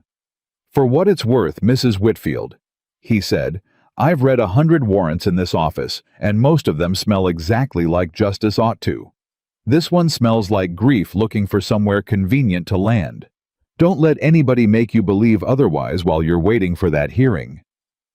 "Thank you," Maggie whispered, and meant it more than the words could carry. They rode back toward Dusthaven with the order folded carefully inside Maggie's coat close to her heart, and for the first stretch of the journey something like hope rode with them, too lighter than it had any right to be after 11 days of dread. Ethan even hummed under his breath at one point, tuneless and unself-conscious, and Maggie found herself smiling at the sound of a man finally letting himself believe things might turn out right. That hope lasted exactly until they crested the last ridge before the ranch. The horse tied at the porch rail was lathered dark with sweat. A government brand burned plain into its flank, and the man standing on the front steps wore a long coat. Despite the heat, a badge catching the late afternoon light, with a glint that turned Maggie's stomach to ice before she'd even made out his face. Pete stood a few feet off in the yard, shotgun loose, but ready in his hands, clearly having been holding some kind of standoff for longer than either of them wanted to imagine. Ethan's hand found the rifle strapped to his own saddle without conscious thought, and Maggie's fingers closed hard around the folded order in her coat. 90 days of promised safety, suddenly feeling thinner than the paper it was written on. "That him?" she breathed. "That's Cole. Only one way to find out," Ethan said, and something in his voice had gone flat and steady in the particular way of a man setting aside fear in favor of purpose. He didn't slow. He didn't reach for the rifle a second time, either. Some instinct telling him a gun wouldn't be the thing that saved her. Now the folded order in her coat would, or it wouldn't, and no amount of steel in his hand could change which. "Whatever happens," Maggie said, voice shaking despite her best effort to steady it. "Thank you, for all of it. For the room and the fence and the fight you didn't have to pick." "Save your thank yous," Ethan said. "We're not finished yet." The marshal turned as they rode into the yard, unhurried, the particular calm of a man who'd delivered enough bad news in his life that urgency had long since worn off him. "Ethan Calloway." His voice was flat, professional, stripped of any warmth. "Marshal Cole, I've got a warrant here for a Margaret Whitfield believed to be residing on this property." "She's not going anywhere with you," Ethan said, swinging down from his horse in one smooth motion, planting himself between Cole and the porch steps. "Obstruction of a federal warrant is a serious charge, Mr. Calloway. I'd think careful before you. Read this first." Ethan pulled the folded order from inside his coat and held it out, hand steady, despite the pounding Maggie could see in the pulse at his throat. "Emergency stay signed this morning by Judge Hollis in Fort Worth. Enforcement suspended pending a full hearing in 90 days. Cole didn't take it right away. He looked past Ethan first at Pete's shotgun still leveled loose, but ready at Maggie, sitting frozen atop her horse with her whole future folded into the coat against her chest. "Man could forge a document like this," Cole said. "Wouldn't be the first time somebody bought themselves a delay with a piece of paper and a friendly clerk." "Wire Judge Hollis yourself, then," Ethan said, voice flat and unbending. "Fort Worth Courthouse, ask for the Whitfield emergency filing. Won't take you an hour to confirm it, and I'd rather you spend that hour being thorough than spend the rest of your career explaining to a federal judge why you dragged a woman off her own legal stay." Cole took the paper with visible skepticism, The kind of look lawmen gave anything that threatened to make their job more complicated than a simple arrest. He read it once slow, then again faster, his jaw tightening with each line. "This is legitimate," he said, finally, sounding almost disappointed by the fact. "Judge Hollis will confirm it personally if you wire him," Ethan said. "Reckon a federal marshal doesn't want to be the man who ignores a legal stay and ends up explaining himself to a judge instead of the other way around." Cole folded the paper back along its creases, handed it back with obvious reluctance, and looked past Ethan toward Maggie, for the first time, something almost curious in his weathered face. "You understand this doesn't make the warrant disappear, ma'am. 90 days, then there's a hearing, and if that hearing doesn't go your way, I'll be back out here with considerably less patience than I've shown today." "I understand," Maggie said, voice steadier than she felt. "For what it's worth," Cole added, swinging back up into his saddle. "The family pushing this is paying more attention to a dead boy's memory than the truth of what killed him. Seen it before. Grief makes poor law." He tipped his hat, brief and businesslike. 90 days, Mrs. Whitfield. Use them well." He rode out without another word, and the yard seemed to exhale all at once the moment his horse cleared the gate. Pete lowering his shotgun with a groan that suggested his knees had been locked in that position considerably longer than was comfortable for a man his age. "Thought he'd never leave," Pete muttered. "Stood on that porch 2 hours like he owned the place. Offered him coffee 4 times. Man's got no manners." "You held the line," Ethan said, clapping the old man's shoulder. "That's all that mattered." "Held it with my knees screaming the whole while, but I held it." Pete squinted toward the house. "Boy's inside worrying himself sick. Wouldn't eat supper, wouldn't sleep, just sat by that window waiting on you two like a dog waiting on a wagon." Luke came flying out the door before Pete had even finished the sentence, colliding into Maggie's middle so hard she nearly lost her footing for the second time that week, small arms locked fierce and desperate around her waist. "You came back," he said, voice muffled against her dress. "You said you would, and you did." "Told you we would?" Maggie knelt down, cupping the back of his head. 90 days, Luke. We bought ourselves 90 days. "That ain't forever." "No," Ethan agreed, kneeling beside them both. "But it's 90 days more than we had 2 mornings ago, and we're going to use every one of them building something Cole can't tear down when he comes back." "You cried?" Luke said, studying Maggie's face with the unflinching honesty only children seem to possess. "Your eyes are all red. I cry when I'm happy too, you know. Not just when I'm scared. That's a dumb thing bodies do. Bodies are dumb." Maggie agreed, laughing, despite the exhaustion of the road still clinging to her bones. "Doesn't stop them from doing it anyway." Pete cleared his throat gruffly from the porch, clearly uncomfortable with the sheer volume of feeling on display in his employer's yard. "Somebody gonna feed this family, or are we all just gonna stand around hugging till the cows wander off?" "I'll cook," Maggie offered, though her legs still trembled with fatigue. "You'll sit," Ethan corrected, guiding her toward the porch steps with a firm hand at the small of her back. "Pete and I can manage biscuits for 1 night without setting the house on fire. Barely. That's a lie, and we both know it." "It's a generous lie told with love. Sit down, Maggie."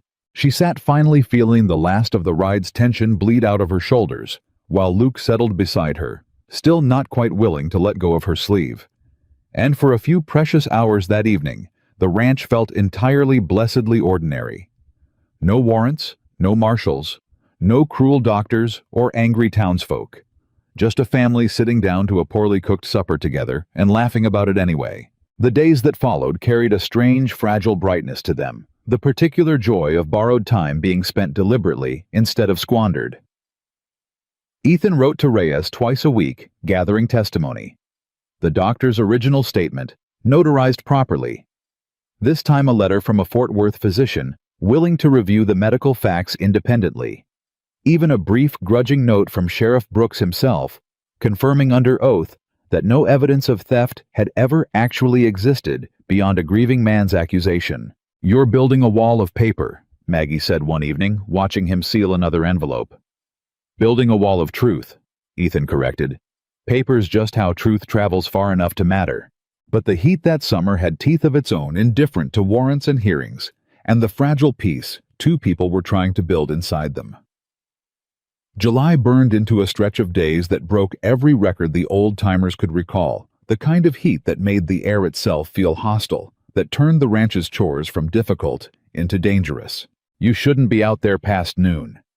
Maggie told Luke more than once, watching him insist on hauling water alongside the men, despite the sun sitting brutal and merciless directly overhead.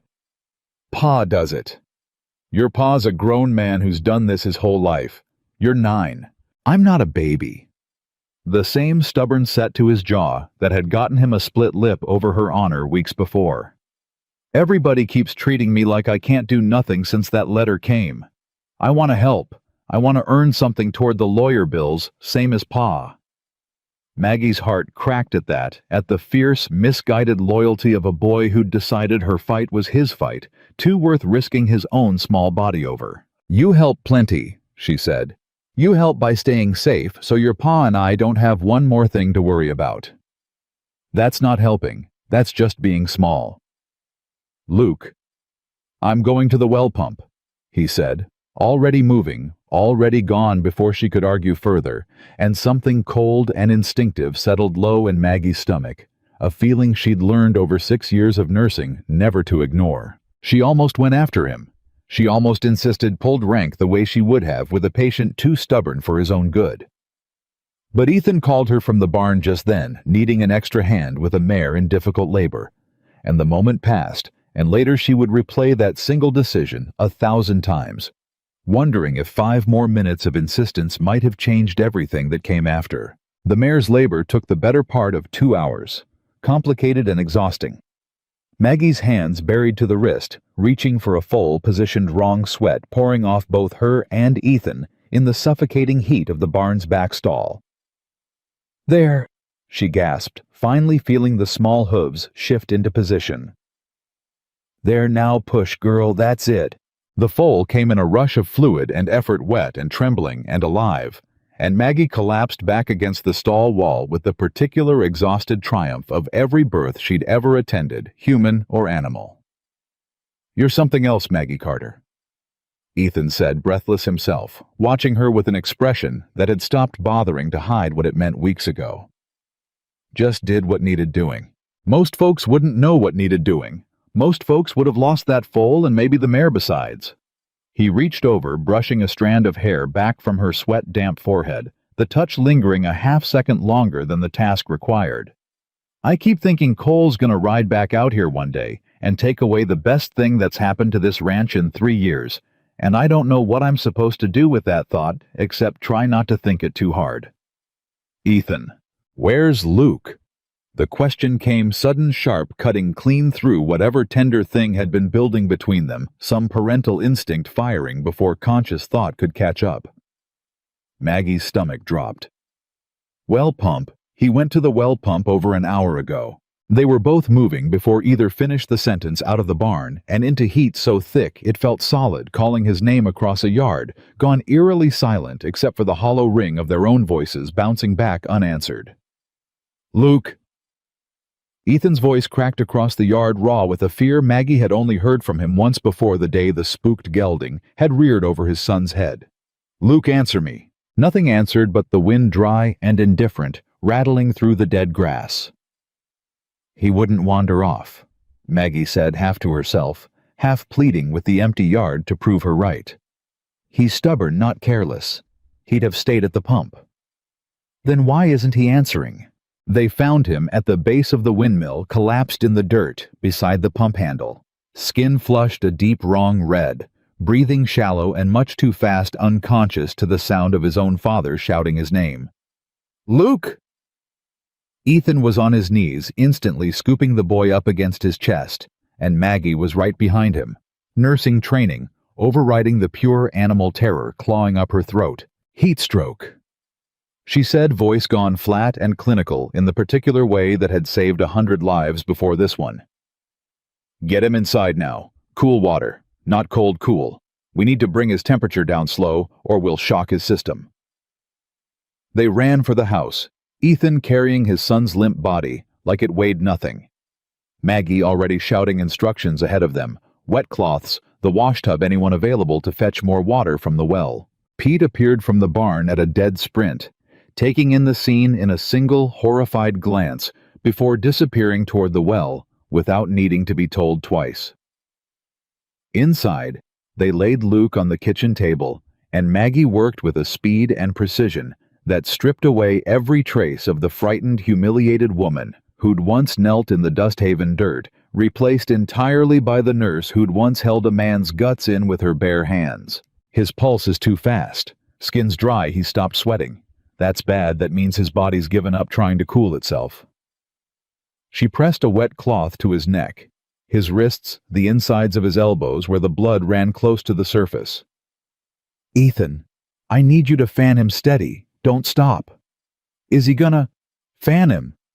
Ethan, I need you doing something useful, not standing there imagining the worst. He obeyed instantly, some part of him grateful for a task that gave his terror somewhere productive to go, while Maggie worked the cloths over Luke's small, too-still body, murmuring to him the whole while, in the same steady voice that had once calmed a spooked horse and a grieving town both. Come on, sweetheart. Come on back to us. You're not allowed to leave, you hear me? Your pa's not done teaching you to ride, and I'm not done teaching you that dark beans aren't a real seasoning. Luke's eyelids fluttered the barest flicker, and Maggie's heart seized with a hope so sharp it nearly hurt worse than the fear had. That's it, she coaxed. That's it, come on. But the flicker passed, and his body went slack again, and his breathing rasped, shallow and wrong, and Maggie's own hands began to shake for the first time since she'd knelt down beside him in the dirt. He needs a doctor, she said. A real doctor, someone with ice with proper equipment, more than what we've got here. Doc Palmer, Ethan said. I'll ride for him now. Ethan, I'll ride hard. 20 minutes there, 20 back if his horse cooperates. He pressed a rough kiss to his son's damp forehead, and then to Maggie's temple, quick and fierce and entirely unplanned, before he was gone, boots pounding toward the barn where his fastest horse stood saddled. The 20 minutes stretched into something closer to eternity. Maggie kept working, the cloths kept talking, kept her own panic locked somewhere deep enough that her hands never once stopped being steady, even as everything inside her screamed with a fear too large to hold. Pete hovered in the doorway, useless in the particular way of a man who'd spent his whole life fixing things with his hands and had never learned what to do when the thing broken was a child's failing body. He gonna make it, Miss Carter? I don't know, Pete. The honesty cost her something to say out loud. I've seen fevers like this break both ways. All I can do is keep him cool and keep talking to him and pray he's got more fight in him than the heat's got poison. Ethan returned in less than the 20 minutes he'd promised, but not with Doc Palmer riding beside him alone, face carved from something desperate and furious at once. He won't come, Ethan said, breathless boots skidding on the kitchen floor. Palmer says he's got a full day of patients already and can't spare the ride. That's a lie, Maggie said, feeling something cold and murderous rise up beneath her fear. No doctor turns away a dying child over a full appointment book, he said. Ethan's jaw worked hatred plain on his face for what he was about to repeat. He said he wasn't riding out to the Calloway place, while there's a woman there wanted on a federal warrant, said he didn't want his name tied to whatever trouble's coming for this ranch. The cruelty of it landed like a physical blow, worse somehow than anything Martha or Constance Ridley had ever said to her face, because this time the price of the town's judgment wasn't her humiliation. It was a 9-year-old boy's life hanging in the balance, while grown men calculated their own convenience. Then we do this ourselves, Maggie said, voice gone hard as iron. I've brought fevers down before without a doctor standing over my shoulder. I need more cool water, clean cloths, and something to keep his airway clear if he starts to seize. Ethan, I need you steady, not angry. Anger won't cool him down. Ethan's fists unclenched slowly, the fury banking itself down into something usable, and he nodded once sharp. Tell me what to do.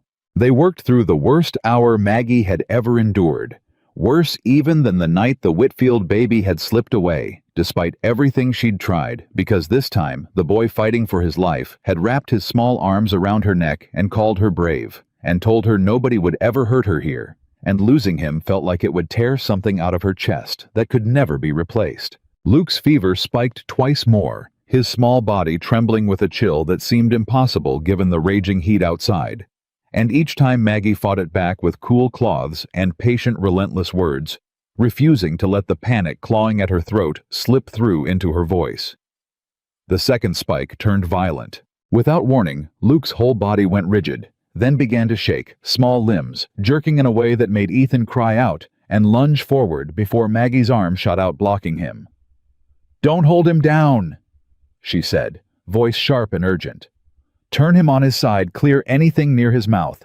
Don't put anything between his teeth. Just protect his head and let it pass. Maggie, I know what this is, Ethan. Febrile seizure. Terrifying to watch, rarely dangerous on its own if we manage it right. Trust me." Her hands were already moving, turning Luke gently onto his side, cushioning his head, timing the seizure against her own racing pulse. "Come on, baby. Come on through it." The seizure lasted perhaps 30 seconds. It felt like 30 years. Then, it stopped. Luke's body going slack again, breathing ragged but steady. And Maggie allowed herself exactly 2 seconds of shaking relief before pushing back into motion.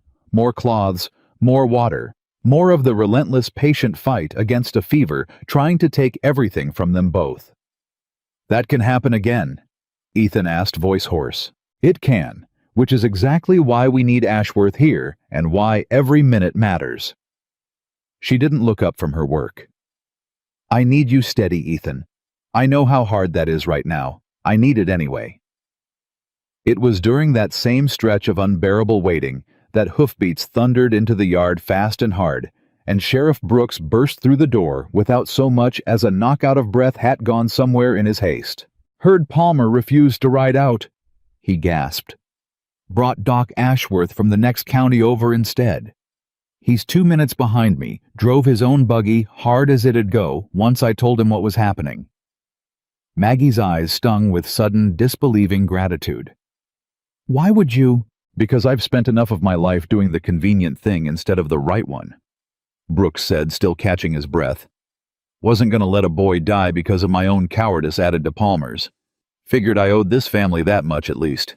Doc Ashworth arrived moments later, an older man with steady hands and no interest whatsoever in warrants or rumors, moving immediately to Luke's side with the brisk efficiency of someone who'd treated heatstroke more times than he could count. "You've done exactly right so far," he told Maggie, checking Luke's pulse, his pupils, the temperature of his skin. "Cooling measures, position, hydration attempts. Whoever taught you medicine taught you well. I was a nurse, 6 years. Explains it." He worked quickly, efficiently, adding ice he'd brought packed in sawdust to the cloths at Luke's neck and wrists, listening to his chest with careful attention. "His lungs are clear, which is good. Heart's racing, but not irregular. I believe we caught this before it turned into something permanent, provided he keeps responding to the cooling." "Provided," Maggie repeated the word, landing heavy. "Children are resilient, Mrs. Whitfield. More resilient than any of us give them credit for." Doc Ashworth glanced at her sharply.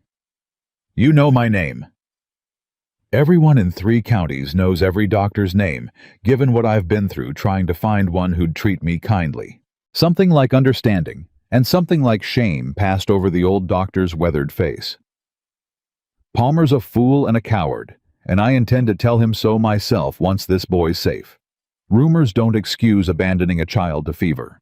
They worked through the night together, doctor and disgraced nurse side by side, watching Luke's fever climb and ebb and climb again in cruel, unpredictable waves, Ethan hovering at the boy's side with his son's small hand clutched in both of his own, like he could hold him to the world through sheer force of grip. Near dawn, something shifted. Luke's breathing evened. His skin, which had stayed flushed and dry for hours, finally beaded with sweat. Real sweat. The kind that meant his body had remembered how to fight back on its own. "There," Doc Ashworth murmured, checking his pulse one more time, satisfaction warming his tired voice. "That's the turn. Fever's breaking. He'll sleep hard for a day, maybe 2, but I believe this boy is going to be just fine. Maggie's legs finally gave out the way they had outside the Fort Worth courthouse, and this time it was Ethan who caught her before she hit the floor, both of them collapsing into each other in the middle of the kitchen. Exhaustion and terror and relief tangling together into something too large for either of them to name.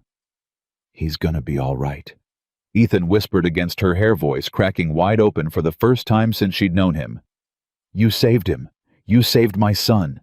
"We saved him," Maggie corrected, though she didn't have the strength left to argue further, letting herself simply lean into him, into the solid, steady warmth of a man who'd stood beside her through a warrant and a marshal, and now a fever that had nearly stolen everything either of them cared about. Luke stirred sometime around mid-morning, eyes fluttering open, confused and weak, but unmistakably blessedly alive. "Pa!" His voice was a rasping whisper. "Right here, son." Ethan was at his side instantly. Tears he made no effort to hide, cutting clean tracks through the dust and exhaustion on his face. "Miss Carter." "Right here, too." Maggie took his hand, careful and gentle. "You gave us a terrible scare, young man." "What happened?" "You got too hot," Maggie said simply, not wanting to frighten him further with the full weight of how close it had come. "Your body couldn't cool itself down anymore, and you passed out by the well pump. You've been asleep most of a day and a night." "A whole day?" Luke's eyes widened, some of his old indignation flickering weakly to life. "Did I miss anything? Just a marshal, a warrant, a fever fit to scare 10 years off your pa's life, and a sheriff who finally decided to grow a conscience," Maggie said, unable to keep the exhausted, disbelieving laugh out of her voice. "Nothing terribly exciting." "That sounds exciting." "It sounded exciting from where I was standing too, and I never want to stand there again." "Told you I wasn't a baby," Luke murmured, the ghost of his old stubbornness surfacing even through the weakness, and Maggie laughed despite herself, a sound half sob and half genuine relief. "No," she agreed, pressing his small hand to her cheek. "You're the bravest boy I've ever known. Doesn't mean you get to scare me like that again, though." "No promises," Luke whispered, and drifted back into exhausted sleep before either adult could scold him for it. Pete appeared in the doorway a moment later, having clearly been hovering just out of sight, and let out a long, shuddering breath at the sight of the boy sleeping peacefully. "He gonna be all right?" he asked, voice rougher than usual. "Doc thinks so," Ethan said. "Thinks so strong enough that I'm finally willing to believe it myself." "Good." Pete cleared his throat, blinking hard, and turned away quickly toward the kitchen, muttering something about needing to check on the horses that fooled absolutely no one in the room. Doc Ashworth packed his bag slowly, watching the small family, with an expression that suggested he'd seen plenty of tragedy in his years, but not nearly enough of scenes like this one. "He'll need quiet and water, and no work for at least a week," he said. "But I've seen worse cases walk away with nothing lasting. This boy's got good stock behind him. Good people looking after him, too." "Thank you," Maggie said, voice raw. "I don't know how to repay you for coming. Brooks paid my fee already, insisted on it, which tells me something about the man I didn't know before today." Ashworth tipped his hat. "As for the rest, ma'am, you don't owe me thanks for doing my duty. Palmer's the one who ought to be answering for failing his." "What happens to a doctor who refuses a dying child?" Maggie asked. "Is there nothing to be done about a man like that? There's a medical board in Austin that takes a dim view of doctors who let rumor override the Hippocratic Oath," Ashworth said grimly. "I intend to write them myself first thing tomorrow. Man like Palmer doesn't deserve to hang a shingle if he can't be trusted to treat a sick child regardless of who's standing in the doorway." He left with Brooks not long after the sheriff, pausing at the door, with something almost sheepish in his weathered face. "I know I ain't been a friend to you, Mrs. Whitfield. Took money I shouldn't have, said things I regret." He turned his hat over once in his hands. "Figured tonight was a start toward fixing that, even if it's a poor trade for everything else." "It's a start," Maggie said, and meant it. The house fell quiet after they left Pete finally collapsing into a chair by the fire, exhaustion carved into every line of his weathered face, and Ethan sat beside Luke's bed long after the boy had drifted into healing sleep, unwilling to leave his side even for a moment. Maggie found herself standing in the kitchen doorway, sometime near noon, watching this small, fierce family she'd stumbled into by accident, and felt something shift inside her chest that had nothing to do with fear at all. She thought of the other boy, the one she hadn't been able to save, the one whose death had chased her across 3 towns and left her kneeling in the dirt outside a stranger's inn. She had spent 4 months believing that failure had marked her permanently proof that she wasn't meant to save the people she loved. But Luke's chest rose and fell steady beneath the quilt alive because she had refused to let the same fear win twice, and something in her finally understood that one tragedy didn't have to be the whole of her story. It could simply be the reason she'd learned to fight harder for the next child who needed her. Ethan looked up, caught her watching, and the exhaustion in his face didn't quite hide the rawness underneath it. "Come here," he said quietly. She crossed the room and sat beside him close enough that their shoulders pressed together, watching Luke's chest rise and fall in slow, healthy rhythm. "I almost lost him," Ethan said, voice barely above a whisper. "And in that same hour, I kept thinking I might lose you too to a warrant that doesn't care what kind of person you actually are. I don't know how a man's supposed to survive being that scared twice in one day." "You survived it," Maggie said softly. "Same as I did. Barely." He reached for her hand, threading his fingers through hers, with a certainty that had stopped needing permission somewhere in the last desperate hours. "Maggie, I know I said I'd wait till the warrant was settled before I said anything. Said I wanted you choosing me clear-headed, not scared." His voice roughened. "But I nearly lost everything today, and I find I'm not willing to wait 90 more days to tell you that this ranch, this family, none of it means what it means without you standing in the middle of it." Maggie's breath caught every careful wall she'd built over 4 months of running, suddenly feeling impossibly fragile against the weight of what he was saying. "Ethan, you don't have to say anything back," he said quickly. "Wasn't asking for anything tonight except to finally say it out loud. Just wanted you to know whatever Cole decides in 90 days, whatever that hearing brings, I'm not a man who's going anywhere. Not now. Not ever. I've spent 4 months believing I wasn't allowed to want anything this good," Maggie whispered. "Believing wanting it was just setting myself up to lose it again. And now? Now I think I'm tired of running from things just because they might hurt someday. Luke didn't stop loving people just because his mother died. Maybe it's time I stopped punishing myself for the same reason." Ethan's hand tightened around hers, and neither of them said anything more, because nothing more needed saying. Outside, the brutal summer heat had finally begun to break with the coming evening. The first hint of a breeze stirring the dry grass beyond the window and inside the small ranch house, with a boy sleeping safe in the next room, and a sheriff's redemption still hanging fresh in the air. Margaret Carter found herself for the first time in longer than she could remember entirely unafraid of what came next. 90 days had a way of both crawling and vanishing at once, and Maggie spent every one of them learning what it meant to build a life instead of merely surviving one. Luke recovered fully within 2 weeks, though he wore the scare of that fever like a badge for months afterward, informing anyone who'd listen that he'd near died of the heat and lived to tell it, embellishing the details a little further each time, until Ethan finally told him to quit terrifying the Hendricks children at Sunday lessons. The town itself began shifting in small, grudging increments.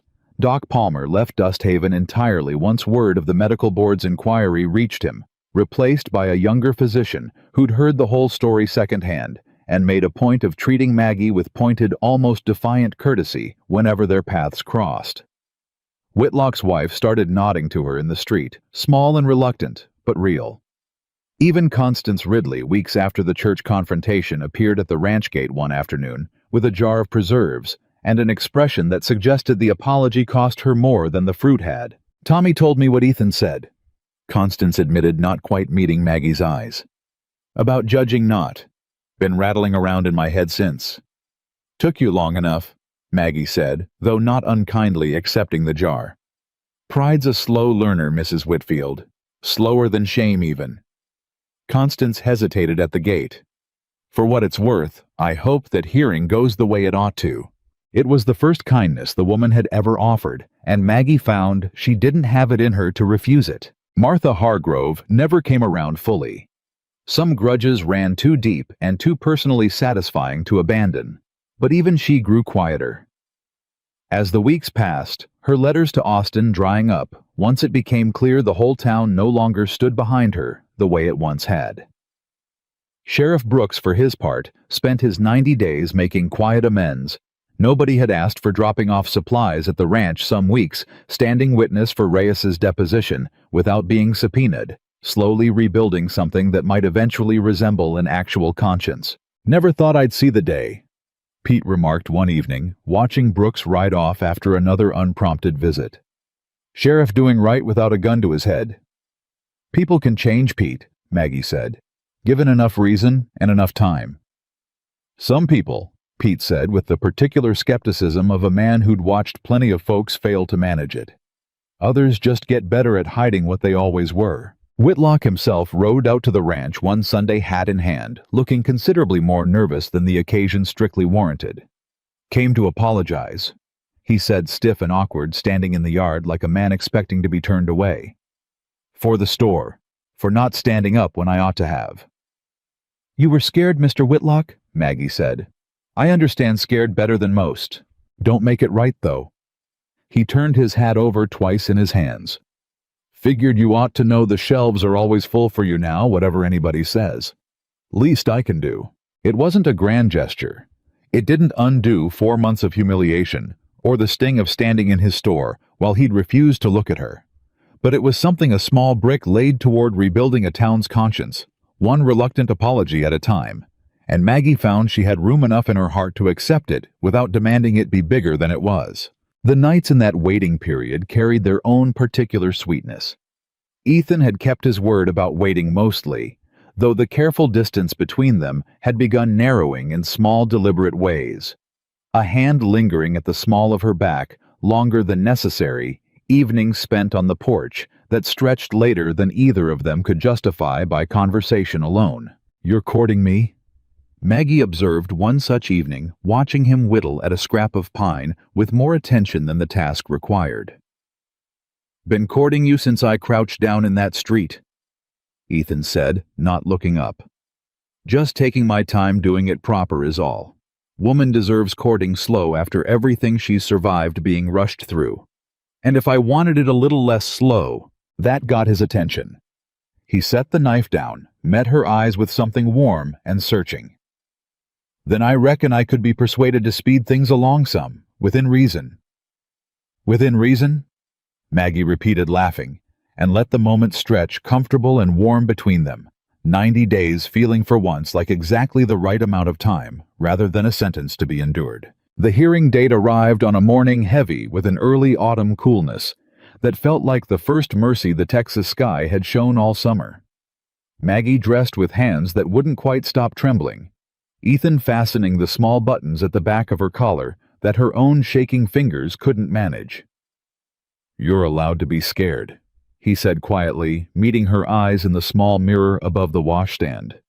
"Doesn't mean you're not also ready. What if the judge doesn't care about Reyes's evidence? What if he's already decided, same as the first one in Austin? Then we appeal, and we fight, and we keep fighting until somebody with sense finally listens." Ethan turned her gently to face him. "But I don't believe that's what's waiting for us today, Maggie. I believe truth's finally caught up to where it needed to stand." Luke, still not quite recovered enough to attend a full day's travel, stayed behind with Pete, though he made his father swear on his mother's memory to send word the very moment there was news. "You come back with good news," Luke informed them both solemnly at the gate. "Or you come back with bad news, and we figure out what to do next. Either way you come back." "Always," Maggie promised, and meant it with her whole chest. The Fort Worth courtroom was smaller than Maggie had imagined. Plain wood benches and a single high window letting in thin autumn light. But it felt enormous the moment she stepped inside it. Every eye in the gallery turning to take in the woman whose fate they'd gathered to decide. Reyes met them at the front, calm and composed in a way that steadied Maggie more than she expected. "Judge Averil's presiding," he said quietly. "Fair man from what I've heard. Doesn't like being rushed, doesn't like theatrics. Just wants the facts laid plain." "And the Whitfields?" "Sent a lawyer of their own. Man named Coburn, expensive, aggressive, exactly what money buys. Reyes's mouth tightened. But money doesn't rewrite a doctor's letter, Maggie. Remember that whatever Coburn tries today. The proceedings opened with a formality that felt almost cruel in its calm indifference to the terror underneath it. Judge Averill reading the charges aloud in a flat procedural voice. Coburn rising to present the family's case with the polished, practiced sorrow of a man paid well to manufacture sympathy. Your Honor, this is a simple matter of accountability, Coburn began. A child died under this woman's care. The family deserves answers, and the law demands them. The law demands evidence, Counselor, Judge Averill said mildly. Not merely grief dressed up as testimony. Proceed accordingly. The first witness Coburn called was a surprise Maggie hadn't braced for her husband's sister, Eleanor Whitfield. The boy's own mother dressed in unrelenting black, her face carved thin, with a grief that hadn't softened 1 degree in the months since her son's death. Maggie's whole body went rigid at the sight of her. Ethan's hand found hers beneath the table, steady and immediate. Eleanor's testimony was raw-wrenching, exactly the kind of thing that could turn a courtroom against reason entirely. The fever, the desperate nights, the moment her son had stopped breathing, while Maggie's hands were still working over him, useless against a sickness too far advanced to reverse. She was supposed to save him, Eleanor said, voice breaking. That's what nurses do. That's what we trusted her to do. And did the defendant ever refuse treatment, withhold care, demand payment before acting? Coburn asked, guiding her gently. No, she never once asked for a cent. Then why, Mrs. Whitfield, did you file this warrant? Eleanor's composure cracked fully, then tears spilling freely down her thin face. Because somebody had to answer for it. Because I couldn't bear the thought that my boy just died, and nobody was responsible, that it was simply fate or God or bad luck. I needed it to be somebody's fault. I needed it to not just be nothing. The courtroom went utterly silent. Maggie felt her own eyes burn grief and understanding tangling together in a way she hadn't expected to feel toward the woman who'd hunted her across 3 towns. Reyes rose for cross-examination, gentle but precise. Mrs. Whitfield, in the weeks after your son's death, did you ever review the medical notes Mrs. Whitfield, the defendant, left with your family physician? I couldn't bring myself to. Reading them felt like reliving it. So your warrant was filed based on grief alone, not on any specific evidence of wrongdoing. Eleanor faltered. I suppose that's true. No further questions, Your Honor. Reyes sat, and something in the room had shifted, subtle but unmistakable sympathy and suspicion, both realigning themselves around a new understanding of what had actually driven this warrant into existence. Coburn rose again, undeterred, circling toward Eleanor with the practiced patience of a man unwilling to let a good witness slip away from him without a fight. Mrs. Whitfield, isn't it true the defendant left your household abruptly the very night your son passed? Yes, Eleanor admitted. She did. Doesn't that suggest guilt, Your Honor? An innocent woman stays, a guilty one runs. Objection, Reyes said, rising smoothly. Counsel is inviting speculation about my client's state of mind rather than establishing fact. Sustained, Judge Averill said. Rephrase or move on, Mr. Coburn. Coburn's jaw tightened, but he pressed forward anyway. Why did you leave that night, Mrs. Whitfield, if not from guilt? Maggie's own voice answered, before Reyes could object again, rising unbidden from where she sat, steadier than she expected. Because I'd just watched a child die in my arms after doing everything I knew how to do. Your Honor, and his own mother was screaming that I'd killed him not 10 minutes after his last breath. I left because staying meant being blamed for a grief too big for anyone to carry rightly, and I didn't yet know how to carry it myself, let alone hold hers too. The courtroom went very still. Judge Averill studied her for a long moment, something unreadable, but not unkind, passing over his face. That answer will stand, he said. Continue, Mr. Coburn, if you have further questions that don't simply repeat ground already covered. Coburn, visibly rattled by a witness answering out of turn and landing harder than his own carefully rehearsed questions, retreated to his table, with considerably less confidence than he'd arrived with. The doctor's letter came next, entered formally into evidence, read aloud in its entirety by the court clerk in a flat official voice that somehow made its content land even harder. The fever's timeline, the medicine bought at Maggie's own expense, the 2-hour ride through darkness to fetch more when the boy had taken his final turn. This letter, Judge Averill said when the clerk finished, was written the same week the child died. Is that correct, Mr. Reyes? It is, Your Honor. Before any lawsuit, before any accusation had been formally raised. A contemporaneous account from the treating physician unmotivated by the litigation that followed. Coburn rose quickly. Your Honor, contemporaneous or not, this letter doesn't erase the fact that a child died in this woman's care. Children die in the care of the finest physicians in this country every single day. Counselor. Judge Averill said something dry and pointed, entering his voice for the first time. Illness is not negligence. If it were, I dare say half the medical profession would be standing trial alongside Mrs. Whitfield today. Ethan's grip on Maggie's hand tightened, and she allowed herself for the first time since walking into that courtroom the barest flicker of real hope. Reyes called his final witness, Fort Worth's own Dr. Ashworth, brought in specifically to review the medical facts independently. His testimony calm and methodical in a way that carried enormous weight, precisely because it carried no emotion at all. Based on the documented timeline, Ashworth said, the child's fever had already progressed to a critical stage before Mrs. Whitfield was ever summoned. No intervention available to rural medicine in that era, in my professional opinion, could have reliably saved him. What she did instead was mitigate suffering, extend what time remained, and spend her own resources attempting the impossible. That is not negligence, Your Honor. That is devotion in the face of an unwinnable fight. The courtroom held its breath through the long silence that followed Judge Averill studying his notes with the unhurried patience of a man who understood exactly how much weight his next words carried. This court finds insufficient evidence to sustain a charge of negligence, he said finally. The warrant against Margaret Whitfield is dismissed with prejudice and shall not be refiled on the same grounds by any party in this or any other jurisdiction. The words landed like something physical, like air finally rushing back into lungs that had forgotten how to breathe properly.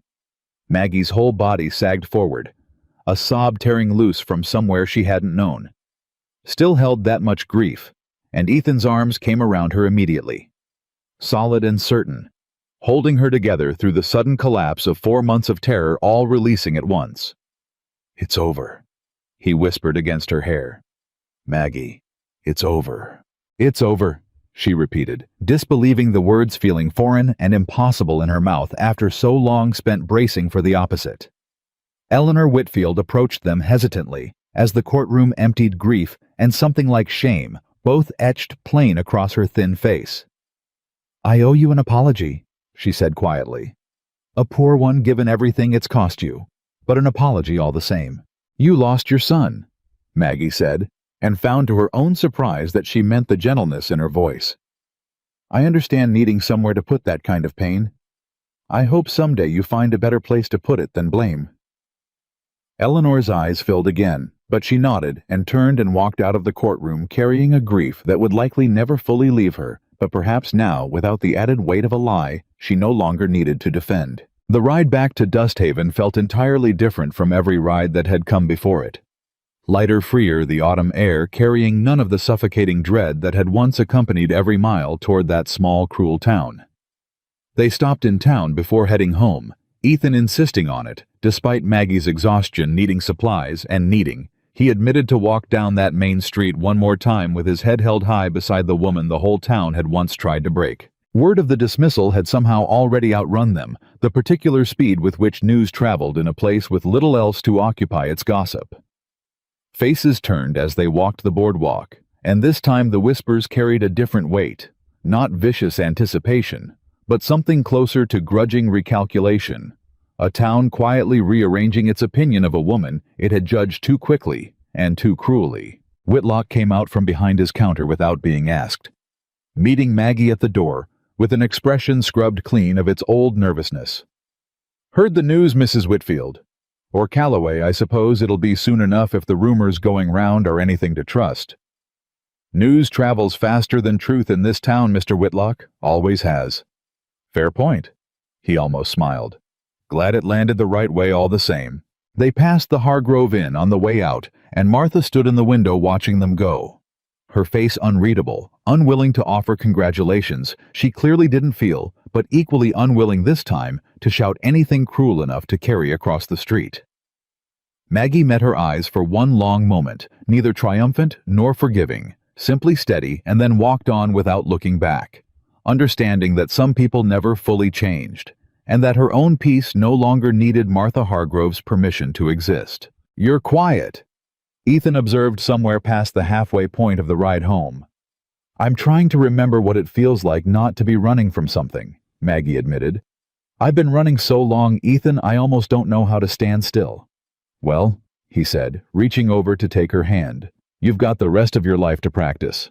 Figure we ought to start now." They arrived at the ranch to find Luke waiting at the gate, exactly where they'd left him, though considerably more sunburned from the hours spent watching the road. "Well," he demanded before either adult had even dismounted. "Dismissed," Ethan said, grinning wide enough to crack his whole tired face open. "For good, Luke. Nobody's coming for her ever again." Luke let out a whoop loud enough to startle the horses, and launched himself at Maggie with such force she nearly toppled backward off her saddle, laughing and crying at once as she caught him. "Told you we'd fight and win," she managed. "Told you I wasn't scared?" Luke shot back, though the wetness on his own face suggested otherwise, and neither of them called attention to it. Pete emerged from the barn at the commotion, and something in his weathered face upon hearing the news cracked open into an expression Maggie had never seen from him before, pure, unguarded relief. "Well, I'll be damned," he muttered, and then catching himself, "Pardon my language, Miss Carter. After the day we've had, Pete, I think you've earned a little language." That evening, the whole ranch gathered for a supper that felt more like celebration than routine, Pete producing a jug of something he insisted was strictly medicinal. Luke recounting the day's news to anyone who'd listen with increasingly dramatic embellishment, and Ethan watching Maggie across the table with an expression that promised something neither of them had spoken aloud yet. It was after Luke had finally been coaxed to bed exhausted from excitement, and Pete had wandered off toward his own quarters, humming something tuneless and content, that Ethan found her on the porch, watching the last light bleed out of a sky gone soft and orange over the hills. "Told you once," he said, settling beside her, "that when there wasn't a warrant left between us, I intended to ask you something." Maggie's heart, which she'd thought entirely emptied out by the day's relief, found room for a fresh surge of feeling entirely. "I remember. There's no warrant left between us now." "No," she agreed, voice barely steady. "There isn't. You still scared of wanting something good, I mean, same as you were sitting by that fire on the road to Fort Worth." Maggie considered this question honestly, turning it over the way she turned over everything that mattered. "Some. Old fears don't leave all at once, Ethan. But I've spent tonight watching a judge dismiss 4 months of somebody else's grief mislabeled as my crime, and watching Luke run at me full speed the second he heard the news, and I think I've finally got more reasons to stay than reasons to run." "Good," Ethan said low. "Because I've been carrying something in my coat for 3 weeks now, waiting on exactly this moment to stop being scared of." Ethan reached into his coat, and for one wild, disbelieving moment, Maggie thought he might actually produce a ring, but instead he withdrew a small worn photograph, his late wife, young and smiling, holding an infant Luke. "I've kept this in my coat 3 years, he said quietly. "Never showed it to anybody. Figured carrying her memory close was the only way I knew how to keep loving Luke's mother, without letting go of him too fast." He turned the photograph over in his hands. "I'm not putting this away because I've stopped loving her, Maggie. I'm putting it away because I've found room in this heart of mine for both things at once, loving what I lost and loving what I've found since." He tucked the photograph carefully into his breast pocket close to his heart, but no longer standing guard over the space beside it, and turned to face her fully. "Margaret Carter," he said, and something in the formal weight of her full name made her breath catch. "I've watched you stop a spooked horse, with nothing but your voice, stand up in a church full of people who wanted you broken. Ride 2 hard days to fight for your own freedom, and fight through a night that nearly took my son from me with a steadiness I've never seen matched by anybody, doctor or otherwise. I don't need 90 more days or 90 more trials to know exactly what I want standing beside me for the rest of my life. Would you do me the honor of becoming my wife?" Maggie's answer came out as half laugh, half sob, entirely certain. "Yes, Ethan Calloway, yes." He kissed her, then soft and searching and long overdue, the particular kiss of two people who'd waited through fear and fever and warrants to finally arrive somewhere safe enough to want each other without reservation. And when they finally broke apart, Maggie found herself laughing giddy and disbelieving at the sheer impossible turn her life had taken since the day she'd knelt in the Dusthaven dirt with nothing left to her name but a suitcase and a stranger's unexpected kindness. "Luke's going to have opinions about this," she said, still catching her breath. "Luke's going to be insufferable about it," Ethan corrected, grinning. "Already been asking when I'd get around to it, matter of fact. Boy's got no patience whatsoever." They told him the next morning, and true to his father's prediction, Luke received the news with the particular smugness of a child convinced he'd orchestrated the entire romance himself. "Finally," he said, arms crossed, surveying them both with immense satisfaction. "Took you two long enough. I was starting to think I'd have to do it myself." "You had nothing to do with this," Ethan said, though he was laughing. "I had everything to do with this. Who do you think kept telling her I wasn't scared, and kept telling you she was staying? Somebody had to keep this whole thing moving." "He's not wrong," Maggie admitted, pulling the boy into a hug he only pretended to resist. "You were the bravest one of all of us, Luke Calloway. Don't think I've forgotten that." Pete received the news with rather less ceremony, grunting once over his coffee, and continuing to eat as though Ethan had merely announced a change in the weather. "About time," he said finally, not looking up. "Man's been mooning over that woman since the day he crouched down in the Dusthaven dirt. Whole ranch has been waiting on him to work up the nerve." "You could sound a little more pleased about it, Pete." "I'm pleased plenty. Just don't see the sense in making a fuss over something that's been obvious to everybody but the two of you for months." But he raised his coffee cup in something close to a toast, and the corner of his weathered mouth twitched upward in a way Maggie had learned by now to recognize as genuine warmth. The wedding took place 3 weeks later, small and simple, held at the ranch itself, rather than the church that had once turned its congregations back on her. Pete stood as witness, gruff and visibly emotional in a way he tried and failed to hide.